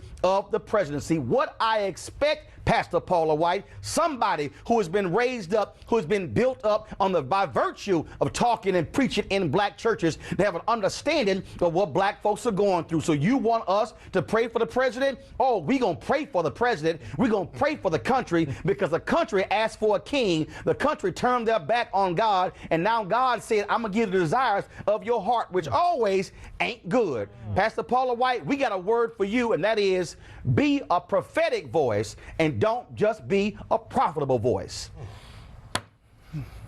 All right, y'all. So you see my Shelly, go to my iPad. This is what the back of my shirt says. Hashtag bring the funk. Greg Carr, you were here that day. Brother, we needed an organ in here. that was some C.L. Franklin stuff right there, brother. When the great sir, and people ask me all the time, is Roland reading from a paper? No, he's just riffing. Them Bible verses is in his head. That was the top of my head. Look, man, Stanley says... It was amazing, but I'm gonna tell you, what kept going through my mind was, it's good that he's educating the audience, but Paula White don't care. No, but here's the deal, though. No. Trust me. Paula White got wind of that commentary. I'm sure she did. No, and Paula White emailed me. Did she? She was out of the country, and she said my stuff was taken out of the context. We got to talk when we get back. And I emailed her back, and I said, let me know anytime. And then I hit her back about a month ago saying, when are you? After the Washington Post did that big story on her saying how she's in D.C. every week. I said, oh, please let me know when we're going to sit down and talk. And she said, I'll be giving you a call. It has not happened. Oh, but trust me, it got her attention. Well, listen, I'm not surprised. Okay, let me just say this. Of course, are you kidding? Of course it got her attention. It's too powerful not to get her. It got the birds' attention. My point is that she don't care. And that's why you haven't heard from her. Well, actually, she does care, because she has already been in some serious hot water for offending African Americans and people of color.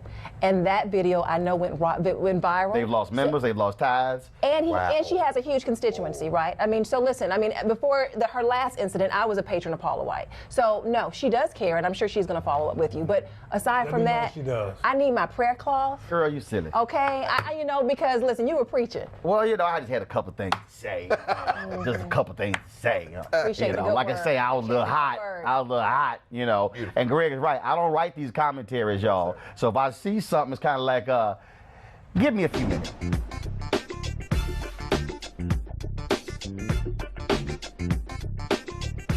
Is not doing it in Mississippi. And so what I'm saying is this here. No. What I'm saying is this here. When I listen to Republicans talk about being pro-life, what I want to know is where their pro-life stances when it comes to Head Start. Right. Where their pro-life stances when it comes to prenatal care. Right. Where their pro-life stances when you have black women who have a high rate of dying in childbirth. Where are your pro-life policies when it comes to infant mortality? What I'm saying is when you are a Republican in the state of Mississippi, and you push a law and the Supreme Court overturns Roe v. Wade, and you are ill-prepared to handle the 5,000 new babies, maybe because the money that you could care for the poor went to Brett Favre.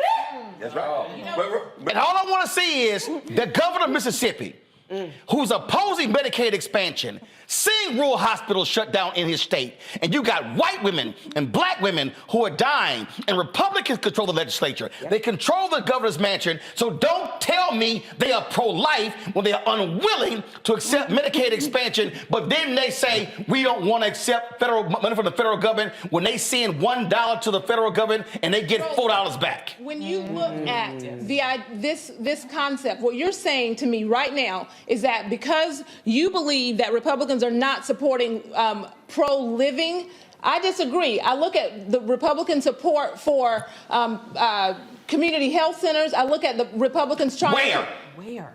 Everywhere, Roland. South Carolina. South Carolina. North Carolina. Tennessee. Georgia. Arkansas. Texas. Mississippi. Alabama. Alabama. Exactly. They all are against Look, Medicaid expansion but and look rural at- no, but there are- no, Roland, you're not- hospitals. Roland, just Are you because telling you me? said loud- Are you telling me rural hospitals? Are you literally telling me that rural hospitals in Mississippi, Alabama, Texas, Arkansas, Tennessee, Georgia, North Carolina, South Carolina are not shutting down? Are you actually telling me that? I am not telling you that, but So what therefore, I am saying, if they're shutting down, how then are the people able to get care? How? Roland, what I am saying is that there are, when we talk about aborting babies, like, so you're saying to me that because we support life, actually giving babies the opportunity to live, I'm confused. Baby born. I'm so confused. No. First of all, hold up. You're confused because you think I'm saying something that I'm not. Well, tell me what you're saying. What I'm telling you, I'm being very clear. You cannot say you are pro-life when you vote against prenatal care for the mother. You cannot say you are pro-life when you vote against Head Start. Right. You cannot say you are pro-life when you do not want to expand Medicaid to keep hospitals open. You cannot say you are pro-life when you have OBGYNs who are not available in your state. You cannot say you are pro-life when you have black women who are dying at a higher rate during childbirth and you do nothing public policy-wise to fix it. You cannot say you are pro-life if you allow infant mortality rates to be sky high in areas where there are black and brown people. What that tells me is you are anti-abortion. You are not pro-life. Right. Because if you are pro-life, you care about the child in the womb and when the child is out. And if you are pro-life, you are standing there with black folks when their kids are killed by cops. You are not silent. So if you are pro-life, be pro-life from the womb to the tomb, but not just in the womb. Okay, and so Roland, what I say is that I am pro-life. No, you are. No, but I am. not Governor Tate Reeves,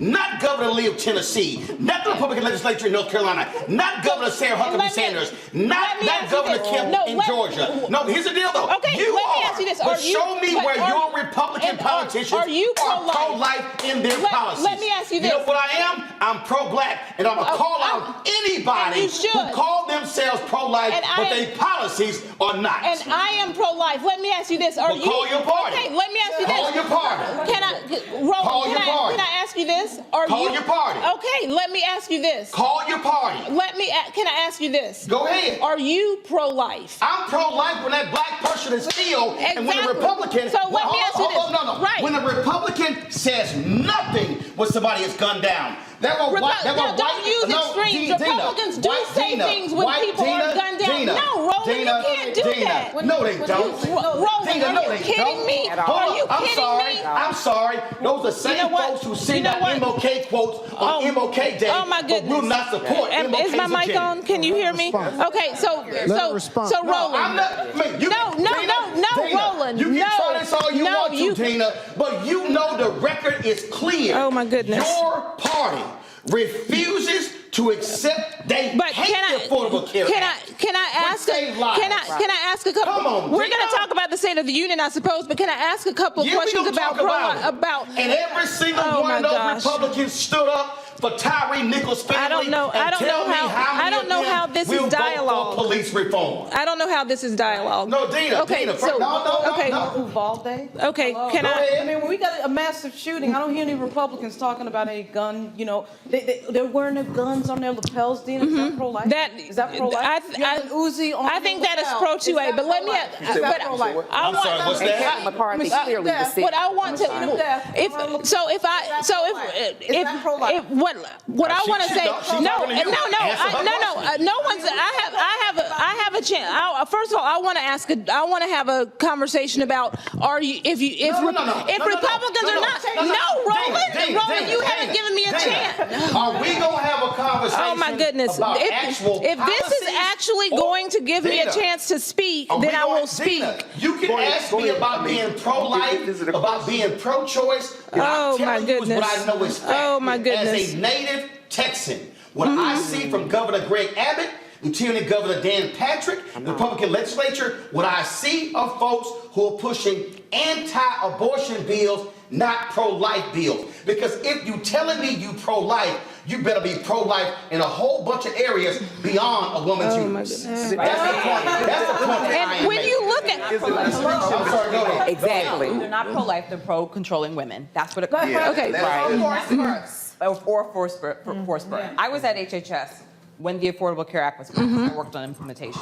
Medicaid expansion was up, and no Republican would expand it. Here we are in 2023. That was 2010. Right. 13 years have gone by. Republicans have consistently voted to expand support for community health. This is Roland. No. I'm coming back to you. Oh my goodness. I want her to finish. Okay. Because she actually worked there. So finish your point. Since you worked there. Hold on, Bill. Finish your point. I don't understand how this. I'm going to let the person who worked there tell us what happened when she worked there. I worked in environmental affairs with the governors. There was full resistance from Republican governors to expand Medicaid. And to your point earlier, they actually got money from us to expand health services in primarily red states. They wouldn't take it because they didn't want to be known as taking money from President Barack Obama. Right. So if you can say, you're going to say you're pro-life, but you're going to let your community health centers fall, you're going to let women die, forcing them to give birth, drugs are going up, and you just didn't care. Now, they tried to make it a partisan issue, but it was about health care. And to your point earlier, the Affordable Care Act actually did benefit those people in that audience. Right. And Republicans have consistently... It helped primarily black people get access to health care. Okay, Bill and Dina. Bill and Dina. Okay. You're going to talk, Dina. Dina, you're going to talk. Okay. But Bill's going to talk. But they went further. The act also said the states, will set up exchanges so that people can buy health care. A Republican idea that people are supposed to buy their own. Massachusetts by Republican governors, correct. They refused to set up the exchanges. Yes. So the exchanges had to be set up by you. Yes, which was also difficult, as you all may remember. Right. But we recovered. Right. And then the issue was, it was considered, what was the word that they would say? Like, it was weird. It wasn't, it wasn't real health care. It was fake plans. And they did that with red states and states out west with many Latinos who needed health care as well. And it was very interesting how up here in the Northeast, we all had health care. We had really good plans to choose from. Right. When you went south, you didn't. Exactly. And our people continue to suffer. Republican governors just turned away. And we tried our best to make sure we got people enrolled in health insurance. And this is one of the points Biden mentioned tonight in his speech. He did. Republicans have consistently been in support of expanding support to community health centers. So you're saying that when you were at HHS... Absolutely not. When Barack Obama was president, they wouldn't do anything Barack Obama wanted to do. Are you kidding? Republicans... So legislation to support community health centers was that was a key part of the act. Okay, well... A key part of the act were the community health centers, and I was at the Department of Labor at the time, and a key component was to train people for those health centers, and including training people. This was in the law. Okay. We worked on this. Hold on. I'm confused. Let me just say this. I'm confused. Go ahead. I'm sorry. I'm confused to have two people that were there. They were there. You saying that ain't true. I am as well.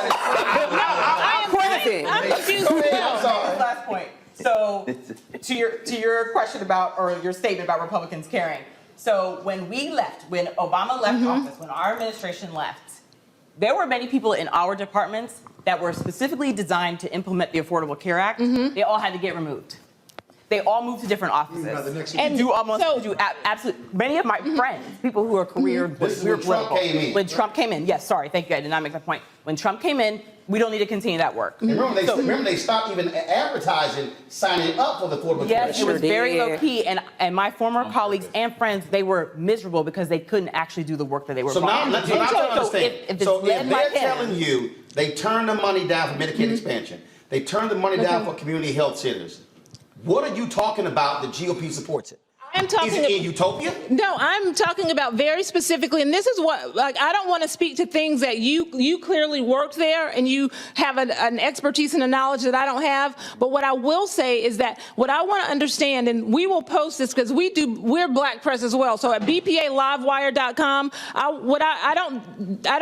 I respect you, and you clearly you've worked there. But what I want to understand is, when Republicans made these overtures to not accept this money, I want to understand, because we always have areas where you accept it and something else. Like, we want to make sure that there's a standalone, that Republicans can support community health centers without the stipulations. And I don't so all of these, I don't know. So all these years that I have been even as I sit and meet with legislators and they talk about the 13,000 community health centers that are championed, instead of organizations like Planned Parenthood, give the money to community health centers. So if I have been Planned Parenthood is not. Planned Parenthood is a community health center. Planned Parenthood is a community service they provide, but they do health screenings. They do. But the greatest proportion. No, wait a minute, Roland. You're gonna have to Roland. But you had okay. Hold up. You know, now let's be real clear. This is your show. I get it. Let's be real clear. I am not the one to say no to. Okay. Now I'm letting different folks talk, but never tell me no. So when you're talking about community centers, okay? I can understand. You were speaking about, which is totally different than what she's talking about, and again, we're talking about what Bill is talking about. The resources that were in there. When you say, oh, we don't want stipulations, that's the whole point. So what you're trying to say is, just give us that little piece we want right there and nothing else. But here's the reality. That ain't how Congress operates. The reality is, this is not the unrestricted funds of COVID, like Biden talked about. This is looking at the health of the people in that state holistically and universally, and not just what y'all like. Dina, let's get real. The Republican Party was against the Affordable Care Act. Period. Well, of course. We want to play these No, I'm not going to say that. Who did I ever say that they were not? And we saw tonight they are against lowering prescription drugs. I never said that the Republicans. That's where we were. About pro-life, choice, pro-life and pro-health. I mean, how is that pro-life? Let's deal with this here. Talk about tonight. Again, explain to me. I still want to know. Why is the Republican Party against lowering prescription drugs? I don't think that the Republican Party is against lowering prescription drugs. I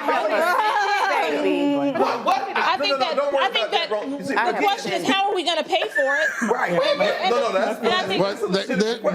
But this is a great point. Again, this is the great point. Greg, I'm just going to say this real quick. He was speaking there tonight, but he's really putting in the clips for the war over the next 24 months. Let me be very specific. Right. When he first, and me and Eric were laughing about this, whoever wrote that section in there on those junk fees needs a raise. Yeah. See, what's going to happen is, imagine this, there's going to be a 2-minute ad with people frustrated at the airport checkout line, with people looking at their cable bill, because he don't know a damn thing about paying no cable bill. But he's talking to very targeted, it's almost like micro-targeting voters. He didn't spend a lot of time on the culture wars, abortion and all that, because that's not going to poll well. But what he seeded in there, the class warfare he snuck in there, when it comes to quadrupling the taxes on the stock buybacks, was for a commercial on rising gas prices. Because they're going to see somebody at the pump, somebody worried, and then Joe Biden's voice going to come in and say, I am going to tax the people who he's giving $200 billion in profit. Exactly. He's making commercials. Finally, I'll end with this, because it was a speech, but most people don't watch this. When they're not into policy like this, they're going to watch the commercials that come out over the next 12 months. I'll end with this. I think it's very important. The dignity of work. He kept coming back with that. Who he's talking to is the people who are going to vote. The reason that he's not trying to expand the base now, because Joe Biden and his advisors know very clearly that most people in this country have checked out. They are micro-targeting to win primaries, to win the general election. And guess what? He did not say a word about how he's going to pay for it in terms of dollars. No, he did. No, but he did. But I'm saying, go ahead. But he did. Explain that, because I was about to say. Wait. I'm going to But let the economist tell it. I'm going to break. We come back. Bill, you're going to explain that part about how he said he's going to pay for it. I know that Cliff Albright, Reddit Hudson, Tiffany Lofton, we got them on as well. We're going to talk about, again, the police reform aspect of it, the most emotional moment of the night when we introduced Tyree Nichols' family. So a lot more to cover. I told y'all, Jake Tapper can't do this. No. Rachel Maddow them, they ain't having this conversation. And so this the conversation that we all had growing up in black families where we kept it real and we kept it honest. But here's the deal, because my grandparents taught me, bring your ass to the conversation, start lying, you're gonna get eaten up. So they told us, don't come in here selling wolf tickets because it ain't gonna play.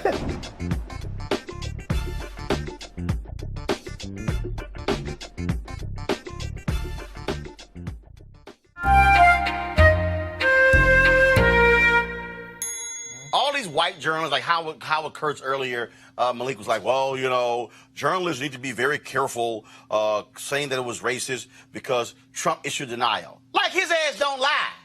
I'm like 10,000 confirmed I'm like, lies. he known to lie. You acting like, oh, well, he issued denial, so I should take into account his denial.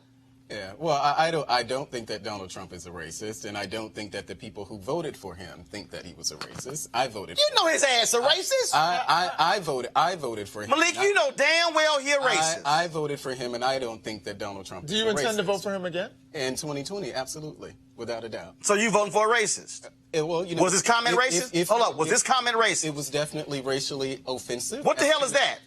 What the hell is that? What's the difference? It's the same thing. That's what the hell is that? Can you tell me the difference between racially offensive and racist? Well, he said things that were racially offensive. But what's the difference? Oh, I'm sorry, or insensitive, or whatever you want to say. Okay, but I'm just asking, what's the distinction between racist and racially offensive? Well, I think that when we start, I think it's possible for someone to say racially offensive, homophobic things and not be actually homophobic or racist. Okay, but if you said racist things a number of times, several times, like when do you become a number of times? Well, if we're talking about the system of racism, I mean, we really should, you know, we could have a broader discussion of what that system. No, we're actually no. We ain't discussing the system of racism. I know, I'm sure all of us know, and that's why the same comments, you know, the things that I said on this show before, you know, the things that Louis Farrakhan has said that were anti-Semitic, you know. We're gonna go with Louis Farrakhan. Is Louis Farrakhan president of the United States? It doesn't matter. No, it does matter. But it doesn't matter. It does matter about things that we have accepted. If Louis Farrakhan over the U.S. military, does Louis Farrakhan have the nuclear codes? Does Louis Farrakhan? No, come on. Louis Farrakhan gets to sit on stage alongside. Hell no. Hell no. No. We are not about to flip. Well, of course. No, we ain't gonna flip this to Louis Farrakhan. We are talking about the person. But he said homophobic. This man is the standard bearer of your party. This man leads your party. This man controls your party. So here's my point. I've never voted for Louis Farrakhan on anything because he's not but I know many of us who've actually nice try. First of all, voting for and supporting. We ain't even going down the Farrakhan rabbit hole because it don't work. It's not a rabbit hole. No, it is a rabbit hole because you want us to chase. No, this is the question, Malik. This is the question, Malik. You asked me. He said racially charged. And I said, what the hell was it? What is that? Racially charged? Is that what it was? How many racist statements before you become racist? That's my question. Well, for me, it's hard to conceive someone being racist pursuing the policies that he's pursuing like what? that are beneficial to black and brown like people. What? Personally. So we're talking about the criminal justice reform package. We're talking Let me ask you a question. No, wait, hold on. Let me ask you a question. Who instituted affirmative action? Who was that under? Oh, I don't remember. Richard Nixon. Okay. Who ran on the Southern Strategy? Was that Nixon? Nixon. Yeah. Who also launched the war on drugs where one of his own advisors, his notes revealed that it was specifically targeted at black people? That was Nixon. Richard Nixon. Who used the N-word himself? Who degraded black people in recordings in Oval Office? Richard Nixon. So the shit don't mean nothing about affirmative action if his other actions were also race-based. So to say that, the First Step Act, let me be clear. The First Step Act ain't an act for black people.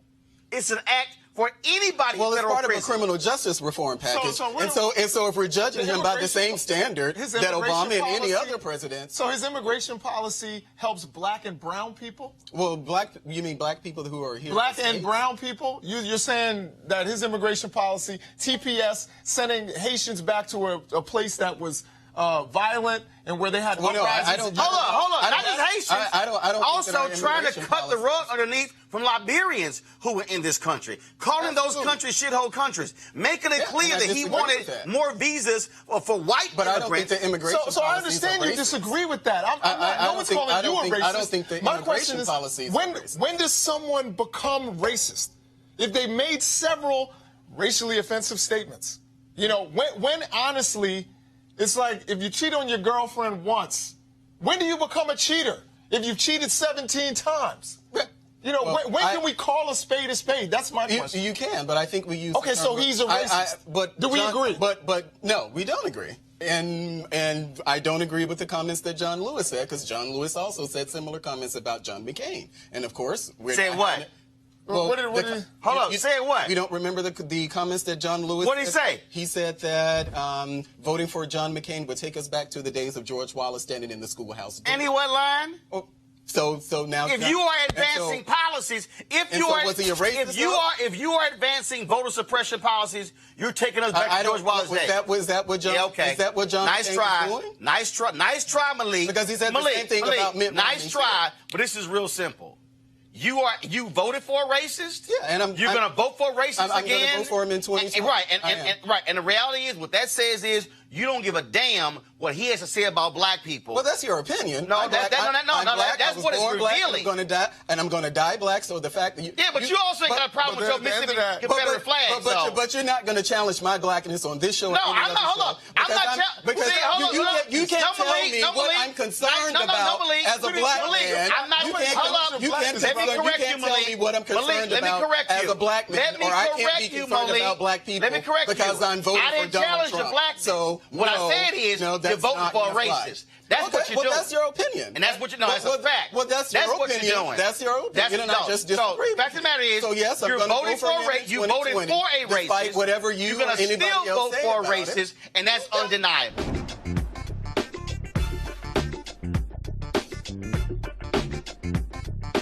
All right, y'all. So, I was on Instagram a little bit early, and I came across this video. And then I watched this video, and I said, I know I am not seeing what I'm seeing. So I need you to play the video I saw on Instagram. I need you to, y'all don't have the video? I sent you the link to, okay, all right, let me play the video myself. Because y'all, I saw this video, when I say I was hot, when I saw it, I said, I can't believe what I'm seeing. This nonsense that I'm seeing from this person right here, posted on Instagram. And I'm like, I know that is not who I think it is, posting what he just posted. And then I looked at it and I said, oh, that is him. I can't believe he posted that video.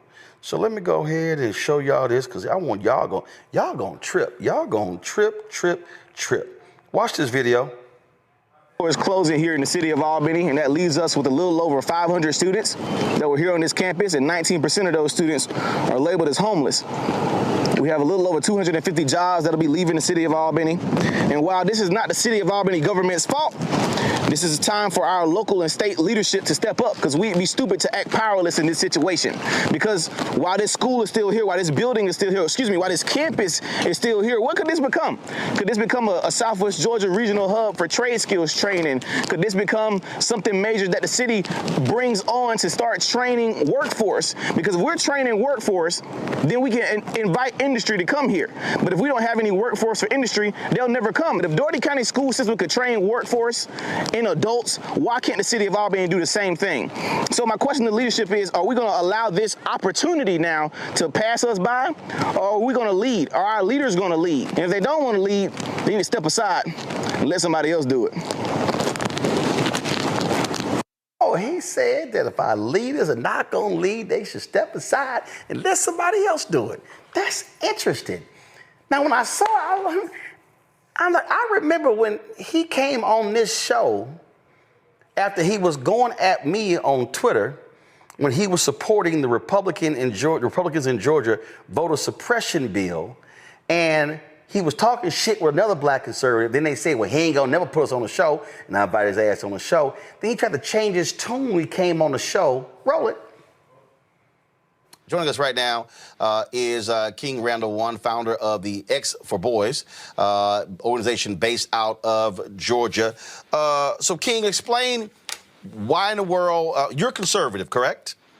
Yes, sir. So please explain to me why this bill, why Republicans are pushing for a voter suppression bill when last year we saw record turnout in Georgia, record turnout. So why would they want to restrict voting when you just had record turnout in Georgia? Well, let me start off by saying you had me mistaken. I'm not a Republican. I do consider myself conservative. No. Actually, I didn't say Republican. I said you're conservative. Okay. I said you're conservative. Right, absolutely. That's what I said. Right. Yeah, I was saying that because you called me a Republican on Twitter. However, with this particular bill, I don't consider voting my particular fight.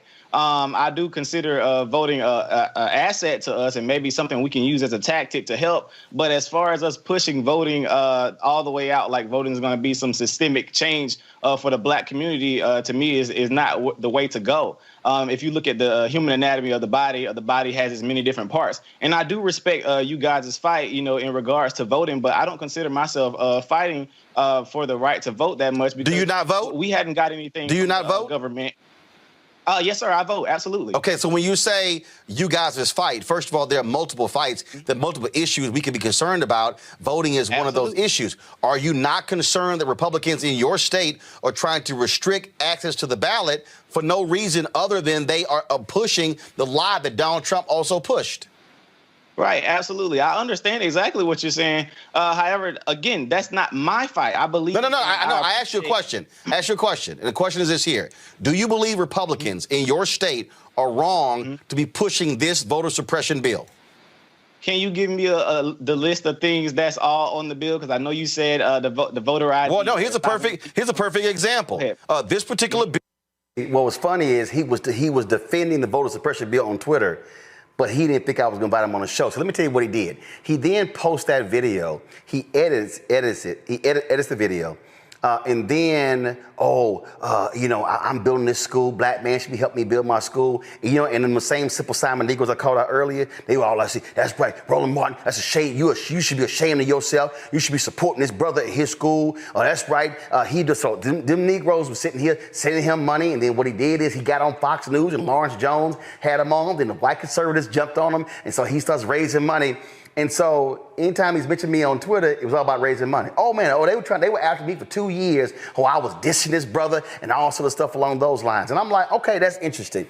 And so here you now have King Randall now complaining about a program, jobs being cut, and how that's hurting young folks. And that's interesting because the program that he's speaking about, that very specific program in Albany, Georgia, he's talking about, go to my iPad. This is the story right here. U.S. Department of Labor pauses Job Corps Center operations. So the very program that he is complaining about has been stopped by the Trump Department of Justice. Now, here's what I don't understand. Matter of fact, let me go ahead and play this again. Because, see, I love it when somebody calls out leaders, but they don't really call out the specific leaders who they talking about. So let me just go ahead and play it again, what he had to say, because he was just so incensed that this program was being cut because it was vital to providing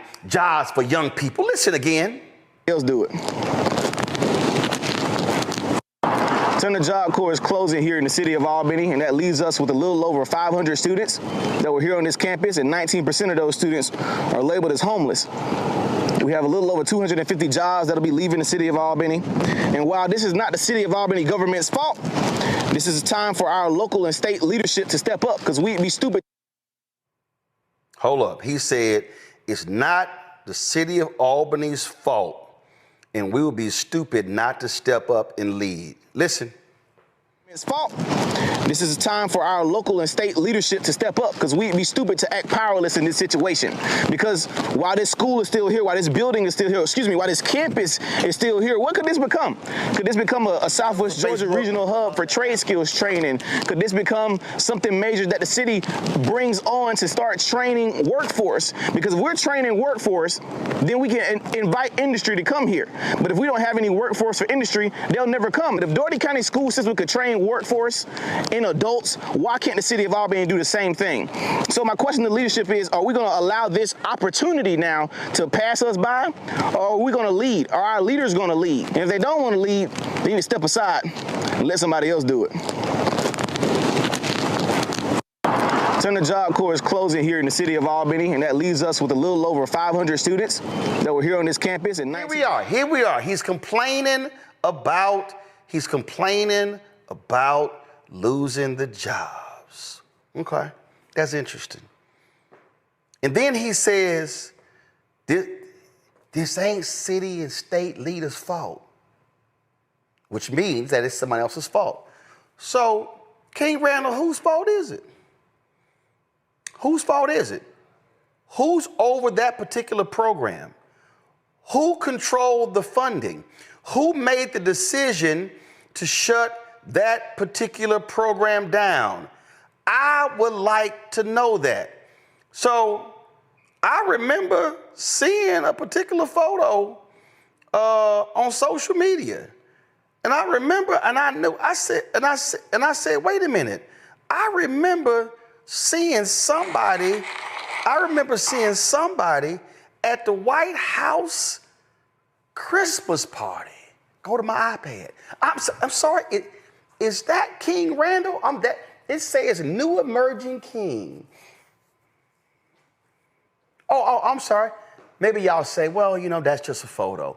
Well, there was another black conservative who posted a video. Can y'all roll that video, please? This is the White House to celebrate Black History Month, despite the media alleging that it was canceled by President Trump. But like always, fake news. I landed safely thanks to Delta Airlines and time to take a quick shower before throwing on my Sunday's best. Here I'm rocking my Palazzo sports jacket with a black turtleneck and a black Bailey fedora. Soon after this, I ran into my Blexit family on the way to the White House, but I must give a shout out to the guy that made it all happen, Pierre Wilson. He is the real deal, but with moves like this, he's clearly not like us. We were all smiles, waiting in line in this 20-degree weather to get inside to celebrate this momentous occasion because of what it meant to all of us. All I can think about in my head right here is how much I've overcame throughout the years, being open with my conservatism. For some reason, it brings out the worst in people, and I think it's because I refuse to live up to their expectations of me.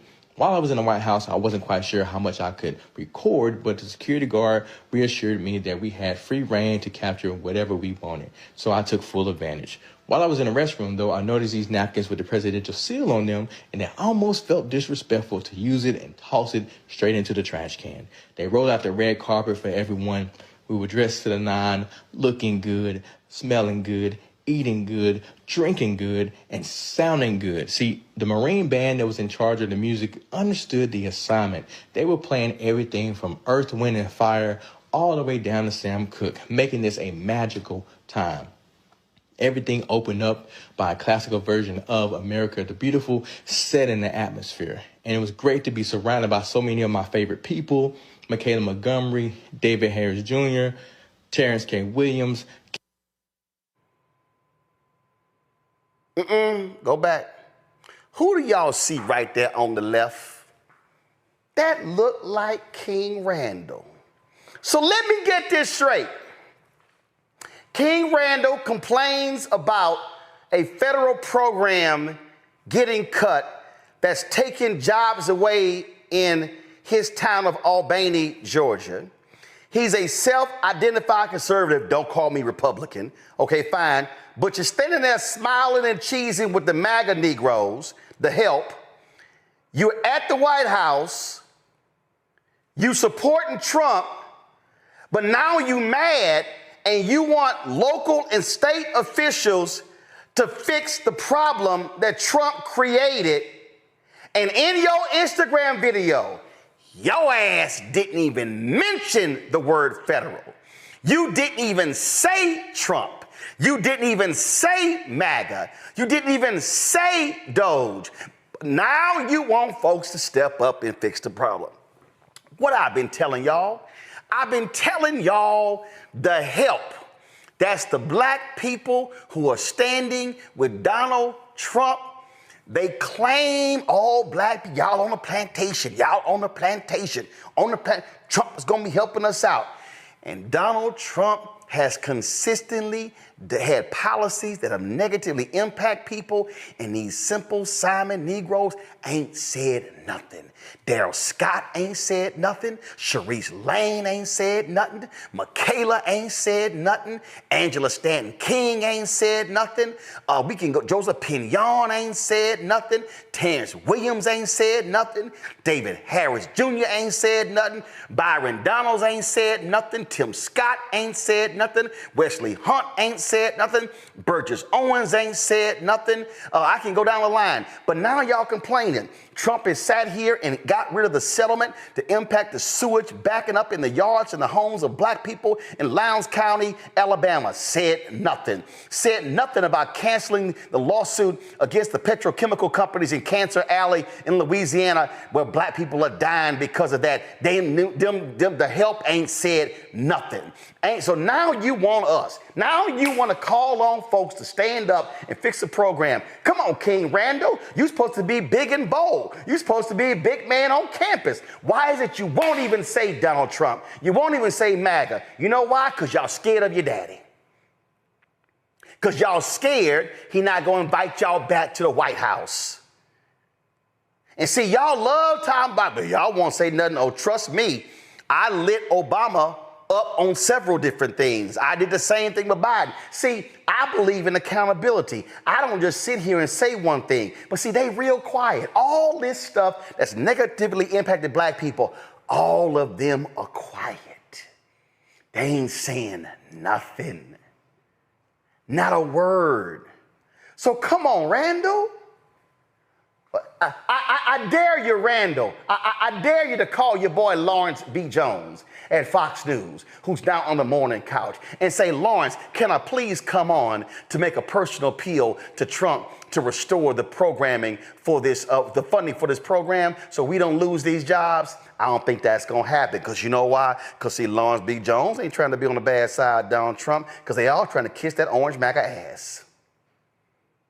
So isn't it interesting that you come on my show, you talk shit on Twitter, you didn't think I was going to invite you, then you did a bait and switch where you came on my show, then you used my show to raise money for your school, but now you complaining about job losses of young people in your town, and it's Trump's fault and you ain't saying a word. Ain't that interesting? I guess that's how it goes these days, Michaela. The help is quiet when it's time to speak up. I mean, that's why I wonder why. Melinda, I'm sorry. Go it's ahead. okay. It's okay. You were going off about Michaela. You're living rent-free in your head. You're upset. I get it. But no, I just think it's funny that people like us are apparently on the plantation, but we're not afraid to actually criticize our party or people that we vote for, but they will not say anything about Trump when it is explicitly his fault. I just looked it up. It's the Department of Labor, and it's about his budget. That's why they cut the Job Corps program. So it is directly a result of him voting for Trump, and he doesn't want to have to reconcile with the fact that he was a part of the problem that made this happen. No, Michael. Well, Roland, we tried to tell him, and how many times have I talked about this document on your show before? Okay, this deals with the policies of the Biden-Harris administration that help black people. The Biden-Harris administration advances equity, opportunity for black Americans and communities across the country. Okay, this documents that.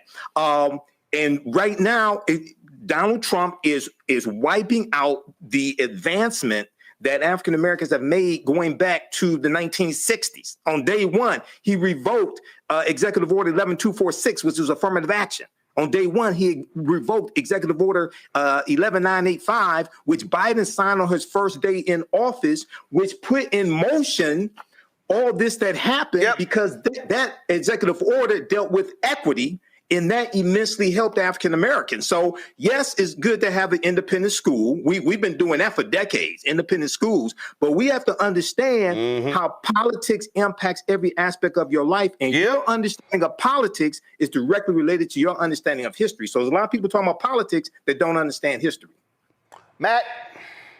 I don't have anything profound to add, but all I'll say is that I think it's a missed opportunity because you think, if you look at this from a nuanced perspective, I mean, this is an opportunity, right, for local people to, invest in this lost job program. But the issue with that is you don't have credibility if you don't call out why the job program was lost, which is your point. And that's the issue that I see here. I mean, it looks like this brother theoretically is trying to do something good in his community, but you lose credibility when you don't say why it's no longer there and why your desire to have proximity to power is more important than the actual things you claim to stand for, which is, having jobs in the community. You should be able to say this is gone because of a Trump policy, the same way you would surely say if that program was lost under Mr. Biden's administration, that this is no longer here because the Biden administration took it away from you. Unless you're willing to call a spade, you aren't credible. And I don't see why you wouldn't do that here. But I understand you got to kiss the ring. And that's what we're seeing conservatives of all colors do. They're all afraid to call out Trump. They're all afraid to call out his insanity because they want to keep that proximity to power. And that's why y'all need to go ahead. Y'all got our T-shirt. That's why y'all need to get our new shirt. Hashtag We Tried to Tell You. FAFO 2025. That's why we got that shirt right there. Because Project 2025, a bunch of y'all fucking around and y'all finding out real quick. All right. Somebody in the chat room said, "Damn, Ro, you on one today." Yes, I am.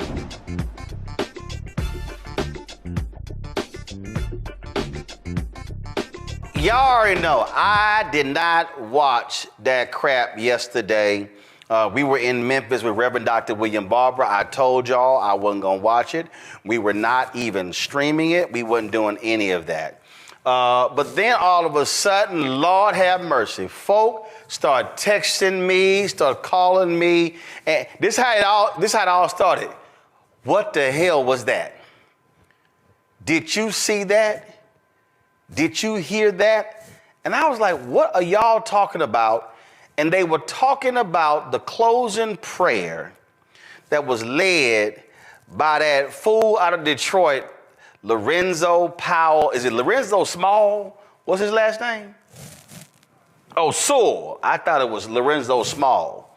Okay, Lorenzo Sewell. If y'all missed it, go ahead and roll it. We pray that you use our president, that we will live in a nation where we will not be judged by the color of our skin, but by the content of our character. Heavenly Father, in the name of Jesus, we are so grateful today that you will use our 47th president so we would sing with new meaning, my country, 'tis of thee. Sweet land of liberty, of thee I sing. Land where my fathers died, land of the pilgrim's pride, from every mountainside. Let freedom ring, and because America is called to be a great nation, we believe that you will make this come true. So let freedom ring. From the prodigious hilltops of New Hampshire, let freedom ring. From the mighty mountains of New York, let freedom ring. From the heightening Alleghenies of Pennsylvania, let freedom ring. From the snow-capped Rockies of Colorado, let freedom ring.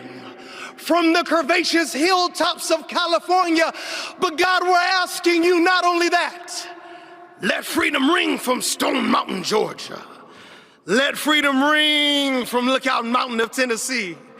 let freedom ring from every hill and every molehill in Mississippi, from every state, every city, every village, and every hamlet. And when we let freedom ring, we will be able to speed up that day where all of your children, black men and white men, Protestant and Catholic, Jew and Gentile, will be able to sing in the meaning of that old Negro spiritual, free at last, free at last. Thank you, God Almighty. We are free at last. If you believe where the Spirit of the Lord is, there is liberty. Come on, put your hands together and give your great God great glory.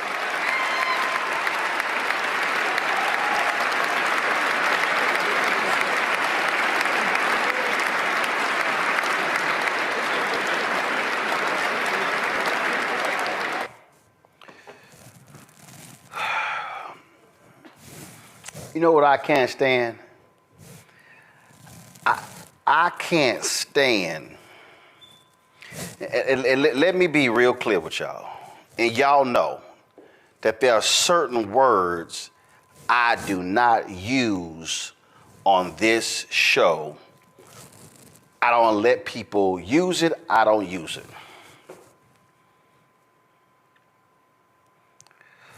But that absolutely was a Sambo impersonation. That was a minstrel show. That was a damn abomination where that ratchet ass so-called preacher would dare use the words of Reverend Dr. Martin Luther King Jr. that he delivered on August 28, 1963 at the March on Washington for Jobs and Freedom, that he would bastardize those words at the behest in a prayer for a fake Christian, for a man who is atrocious and pathetic. And see, what's even more, and the reason I say bastardized, because this so-called preacher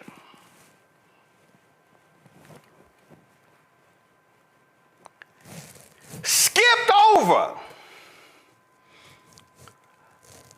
what King said at the top of the speech, skipped over voting rights. He skipped over the check stamp insufficient fund. He skipped over police brutality. See, what he did is what all these other white Republicans love to do. They love to talk about the bottom of the I Have a Dream speech. They love that part, but they never want to deal with the real stuff in the top. See, they don't want to deal with the reality of what folk are facing. No, what he'd rather do was do some fake ass audition for Juilliard or some acting school by standing there and waving his hands and just all of this. He reminded me of Spike Lee's movie Bamboozled. Roll it. Make headlines. The Huxtables, Cosby, a genius, revolutionary, but we can't go down that road again. The network does not want to see Negroes on television unless they are buffoons. Have you ever thought about just quitting? I have a contract. The only way I get out of that is if I get fired, and that is what I intend to do. I know you're familiar with minstrel shows, variety shows, like in Living Color. Right. That was dope. Man Tan, the new millennium minstrel show. We're gonna need a little more money for this. This could be bigger than Friends, Ally McBeal, even my boys Amos and Andy. Damn. You're putting white actors in blackface? We're using black actors with blacker faces. Hollywood. Show. this fall. Right on, man. Yeah, great show. You won't believe what's coming to your television. Sleep and Eat and Mantan are lazy and unemployed. Do your stuff. But we are certainly not saying anything about the entire African American community. What's sweeping the nation? And what's coloring the way you see the world. Yo, we can't let this injustice go by, man. Not this time, man. You know what I'm saying? Nah, man. You know what I'm saying? You know what I mean? You know what I'm saying?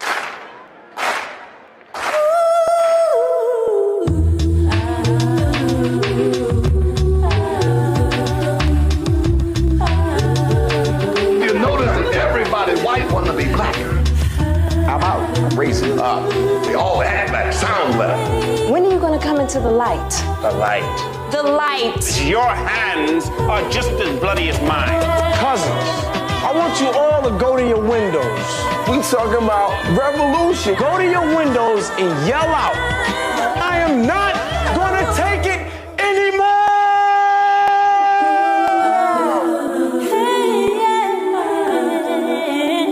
I don't want anything to do with anything black for at least a week.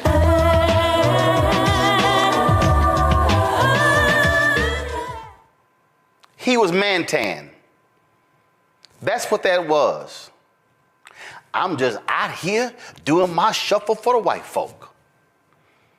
There have been black pastors who have given prayers at Republican inaugurations before. 2005, Houston's Kirby John Caldwell gave a prayer. This is what a black preacher looks like giving a prayer at a Republican inauguration. O Lord God Almighty, the supply and supplier of faith and freedom, how excellent is your name in all the earth. You are great and greatly to be praised. Oh God, as we conclude this 55th inaugural ceremony, we conclude it with an attitude of thanksgiving. Thank you for protecting America's borders. After all, as the psalmist reminds us, unless you, O God, guard the territory, our efforts will be in vain. Thank you for our armed service personnel. And it is with unswerving thanksgiving that we pause to remember the persons who have made the ultimate sacrifice to help ensure America's safety. Thank you, O God, for surrounding our personnel, their families, their friends, and our allies with your favor and your faithfulness. Deploy your host from heaven so that your will for America will be performed on earth as it is already perfected in heaven. I confess that your face will shine upon the United States of America, granting us social peace and economic prosperity, particularly for the weary and the poor. I also confess, O God, that each American's latter days will be better than their former days. Let it be unto us according to your word. Rally the Republicans, the Democrats, and the independents around your common good so that America will truly become one nation under God, indivisible, with liberty, justice, and equal opportunity for all, including the least, the last, and the lost. Bless every elected official right now. Oh God, I declare your blessings to shower upon our President George W. Bush. Bless him, his family, and his administration. I once again declare that no weapon formed against them shall prosper. And God, forgive us for becoming so ensnarled in petty partisan politics that we miss your glory and flunk our purpose. Deliver us from the evil one, from evil itself, and from the mere appearance of evil. Give us clean hearts so that we might have clean agendas, clean priorities and programs, and even clean financial statements. And now unto you, O God, the one who always has been and always will be, the one King of kings and the true power broker, we glorify and honor you. Respecting persons of all faiths, I humbly submit this prayer in the name of Jesus Christ. Amen. See, that's called a prayer. What we saw by that fool, Lorenzo Sewell, was just complete and utter trash. Ben Watson, conservative brother, Ben tweeted this: Lorenzo Sewell is a complete disgrace. He should be ashamed of himself. What an embarrassment. He's absolutely right. And y'all, he made it worse.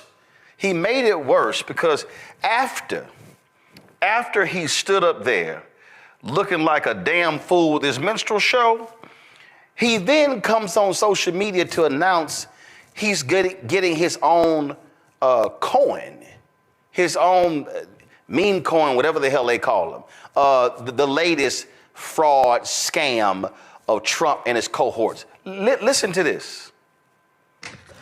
I need you to do me a favor right now. I need you to go buy the official Lorenzo Sewell coin. I want you to be able to see politics become manifest, not just in a way where we're praying over political gatherings, but where we're seeing us become the hands and the feet of the Lord Jesus Christ. Would you help? Now, y'all notice in that despicable mocking of Dr. King, this in that minstrel show, Lorenzo Martin Sewell made no mention of Jesus and the poor. Lorenzo Martin Sewell made no mention of the least of these. Lorenzo Martin Sewell made no mention of Democrats and Republicans coming together to do what's right for the American people. No, what he did was give a minstrel performance for the ages to the world. That's what he did. But see, he didn't have the dignity nor the biblical understanding nor the gravitas, nor the common sense of Bishop Marion Edgar Budd, the bishop of the Episcopal Church Diocese of Washington, D.C., because see, today they had a national prayer service, and in her prayer, this is what she said to Trump and Vance and others assembled in the National Cathedral. Let me make one final plea, Mr. President. Millions have put their trust in you. And as you told the nation yesterday, you have felt the providential hand of a loving God. In the name of our God, I ask you to have mercy upon the people in our country who are scared now. There are gay, lesbian, and transgender children in Democratic, Republican, and independent families, some who fear for their lives. And the people who pick our crops and clean our office buildings, who labor in poultry farms and meat packing plants, who wash the dishes after we eat in restaurants and work the night shifts in hospitals, they may not be citizens or have the proper documentation, but the vast majority of immigrants are not criminals. They pay taxes and are good neighbors. They are faithful members of our churches and mosques, synagogues, wadara, and temples. I ask you to have mercy, Mr. President, on those in our communities whose children fear that their parents will be taken away, and that you help those who are fleeing war zones and persecution in their own lands to find compassion and welcome here. Our God teaches us that we are to be merciful to the stranger, for we were all once strangers in this land. May God grant us the strength and courage to honor the dignity of every human being, to speak the truth to one another in love, and walk humbly with each other and our God for the good of all people in this nation and the world. Amen.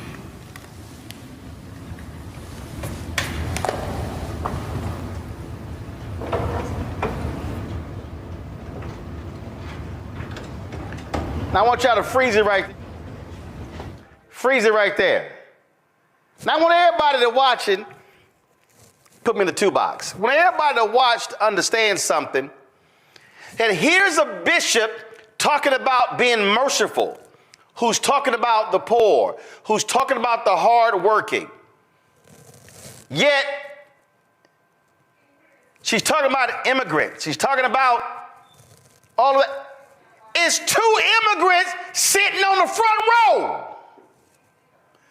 Trump's wife, Vance's wife. Go to full screen of them. That's 2 immigrants sitting on the front row. Sitting behind him is his son. Sitting next to her, you see the daughter. You see, guess what? They are the children of an immigrant that was his first wife. Oh, and the right, they upset with that bishop. How dare she talk to him like that? And when he was asked coming back to the White House, it could have been better. He didn't like the service because he didn't like being confronted with the word of God. He didn't like a prophetic voice challenging him to do what's right. You know why?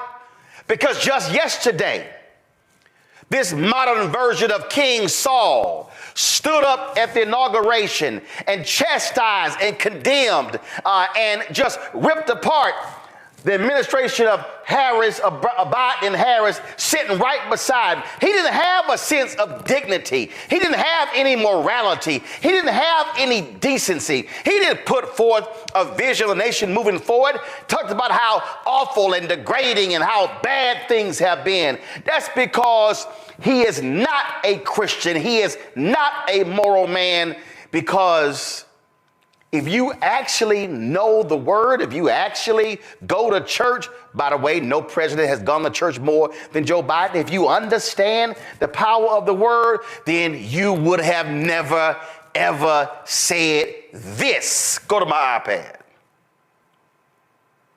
Thinking, which is a great book. But have you ever asked God for forgiveness?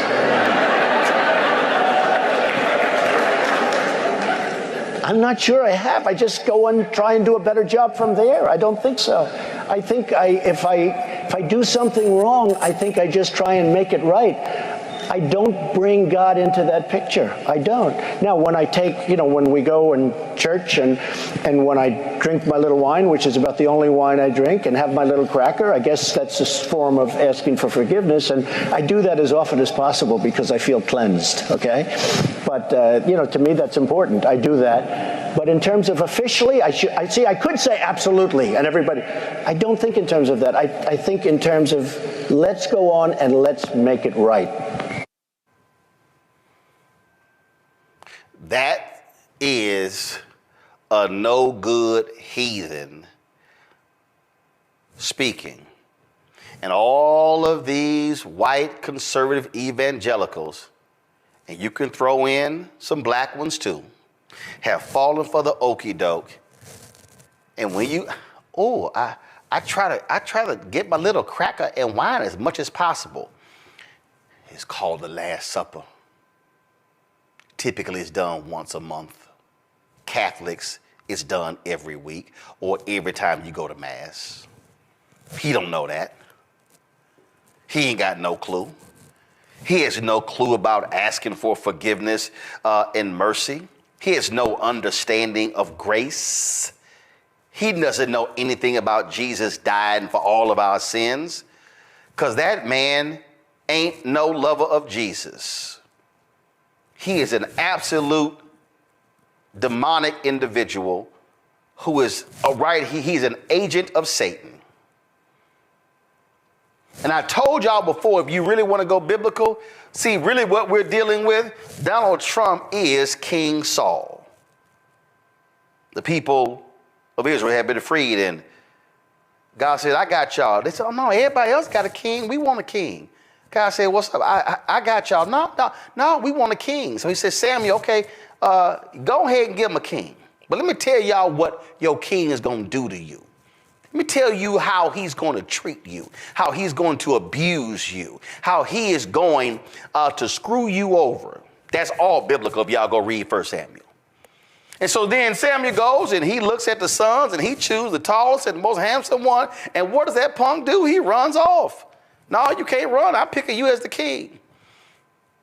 And he was evil. Tried to kill David. Tried to break up the relationship between David and Jonathan. Donald Trump is King Saul, because you know what America said? We want a king. Oh, we want a king. Can we give us a king? Give us a king. So in his speech, I think that God saved me from the assassination because God wanted to make America great again. No, I think it's a little different, Don. I think God said, America, I'm going to give y'all the desires of your heart. Now, biblically, it does not mean that the desires of your heart actually means it's good. It means God will give you the desires of your heart. So America said, we don't care about January 6th. America said, we don't care about his ethics. We don't care about him grabbing women by their vagina. We don't care about his mistreatment. We don't care that he didn't pay people, businesses who did work for him. We don't care about the lawsuits. We don't care about the lying. We don't care about the mistreatment. We don't care about the degrading rhetoric. We don't care about none of that. We want a king. And what did he say? Day one, I'm going to be a dictator. Well, we've already seen that. But when you stand before the world to give a closing prayer, and then what you do is literally prostitute the words that Dr. King spoke, you actually thought you were preaching. You actually thought, Lorenzo Mantansul, that you were praying. No, what you were doing was you were pandering. You were posturing. You were presenting yourself to America as America's lawn jockey. And see, I said it. Those are words and phrases I don't use to describe folk on my show, but you took it to a whole new level. Your church is called 180 Church. I dare say, Lorenzo, you need to do a 180. But then again, Lorenzo, I see why you punked out and you were scared to come on this show after you had Trump at your church. I see why you ran to Fox News and others, because see, Lorenzo, you did not want to come to a place where we have reverence for the words and the actions of Dr. King.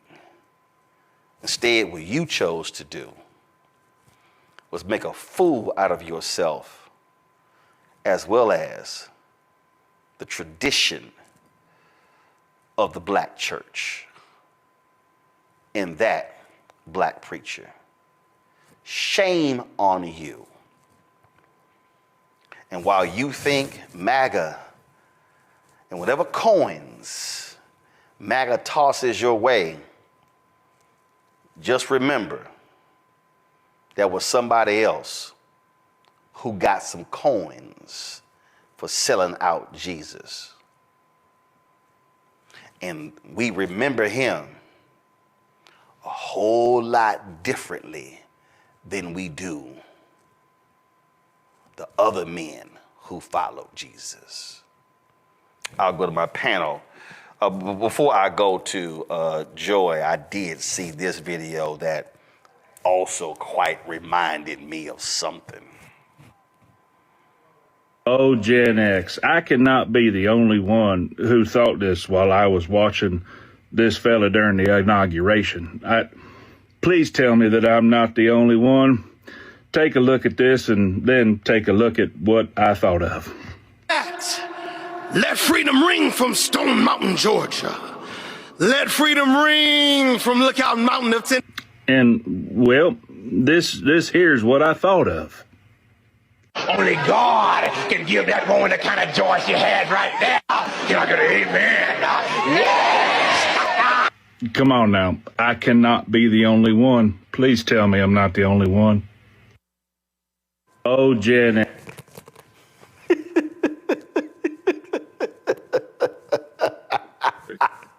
Go ahead, Joy. That'd be funny.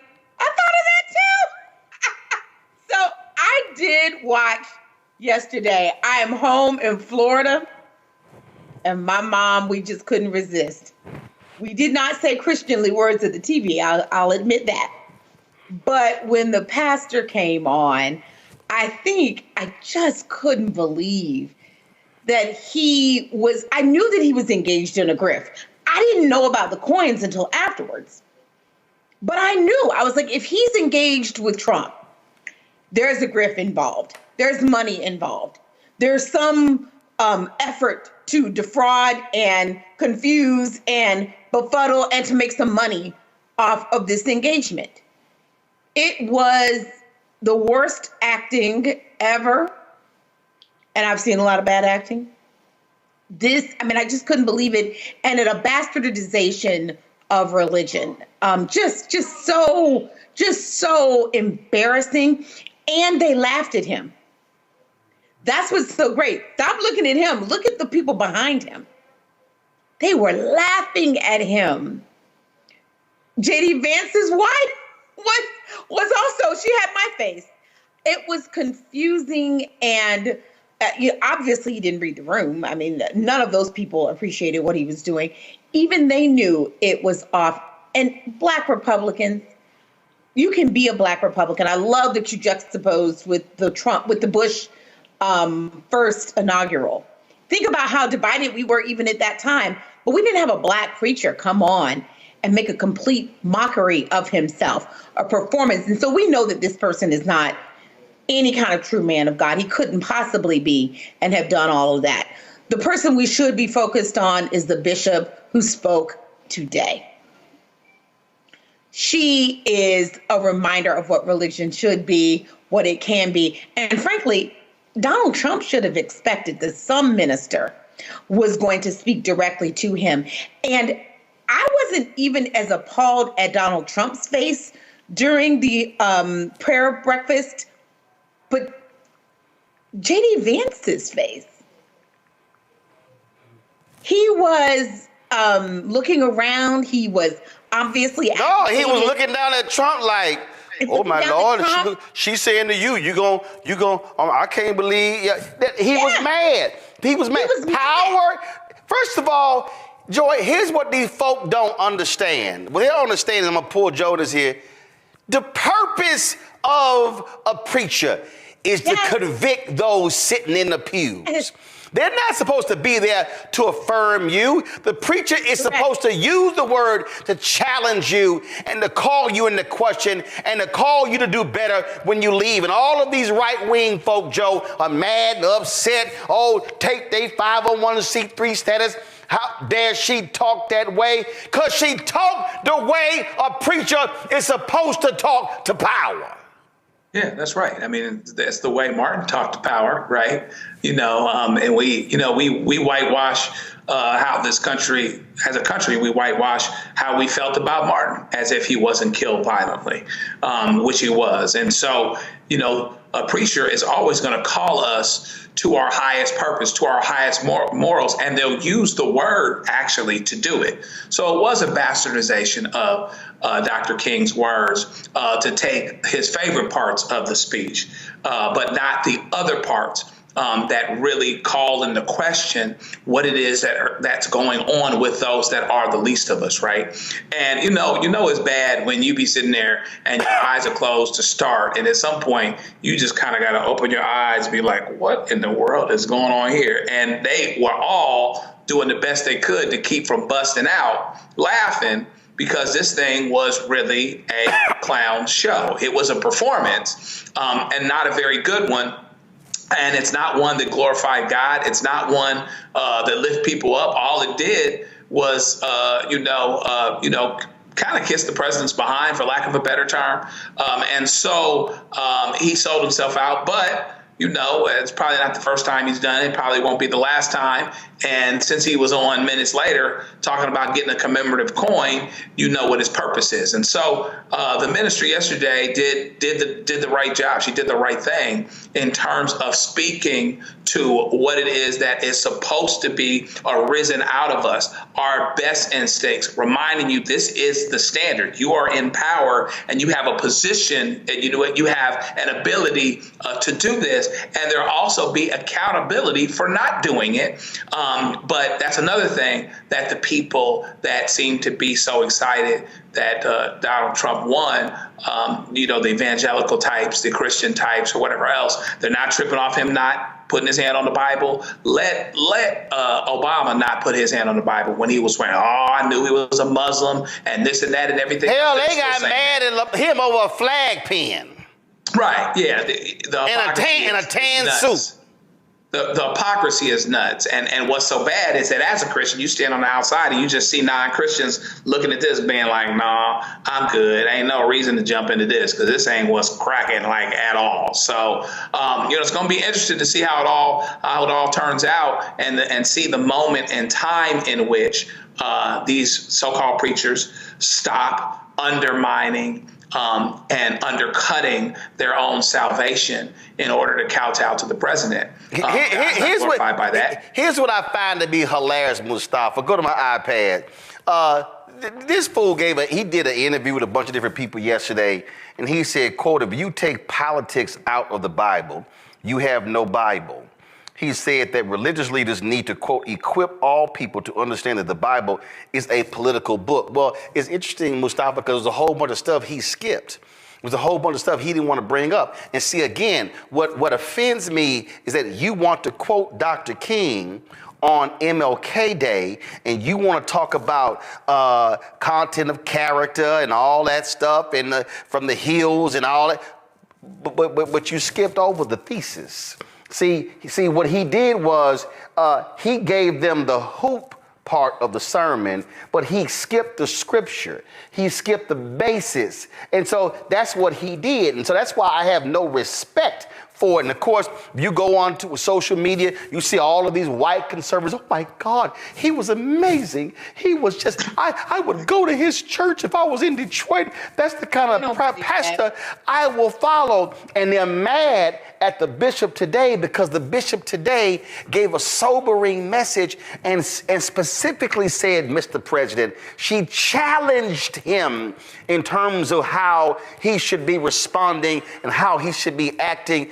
as president. And that's what they cannot stand. They can't stand because what the right-wing evangelical conservative community has done is they have completely stripped grace and mercy and humanity and compassion and care from the Bible. And instead, what you get, Mustafa, is vitriol and hatred from these individuals. And then if they do talk about grace, it's what Dietrich Bonhoeffer called cheap grace, that they ask for. And so these folk want to hold themselves up to be somehow the paragons of virtue, the individuals who we understand stand and we represent the true body of Christ when you have these fake frauds like Franklin Graham, who would rather ask for forgiveness of Donald Trump, who's cheated on all of his wives, who's cheated in business, who cheated in money, yet he didn't question the Christianity of President Barack Obama. Yeah, well, one side of my family is ministers and deacons and deaconesses. So one of the things that I was taught as a young boy is that you don't play with God. And the bishop, and her demand to the president was saying, don't play with God. You've got this second chance. Sometimes God gives us the opportunity to be better, do better. So I hope that he does. Some folks, would probably not go that far, but I truly do, because I understand how many vulnerable people are out there. But, the other day I was also meditating and praying, and then I started writing. And, I was wondering who it was meant for. And the first stanza, I guess, is actually for Reverend Sewell, when I said all skin folk ain't kin folk. Some grin for the win. Tap shoes clacking, backroom dealing, soul on auction, truth revealing. Dollars fold, but integrity bends. When devils pay, some friendships ends. So, I hope that he will realize the opportunity that he has. He's going to continue to have some form of a platform. I hope that that platform will be focused on our most vulnerable communities, on folks who are looking for some grace, who are looking for some protection, who are looking for some opportunity. And I hope as a minister that he would understand that that is the roots that he's supposed to come from, and that he will continue to share that message if he has the ear of the president, that he needs to do better with this second opportunity he has, not the second opportunity at the presidency, but that second opportunity to actually be able to breathe in some air, to have a heartbeat continue on. There's I would not play with God if I had those types of situations. I wouldn't play with God anyway. But, we'll see how it all plays out.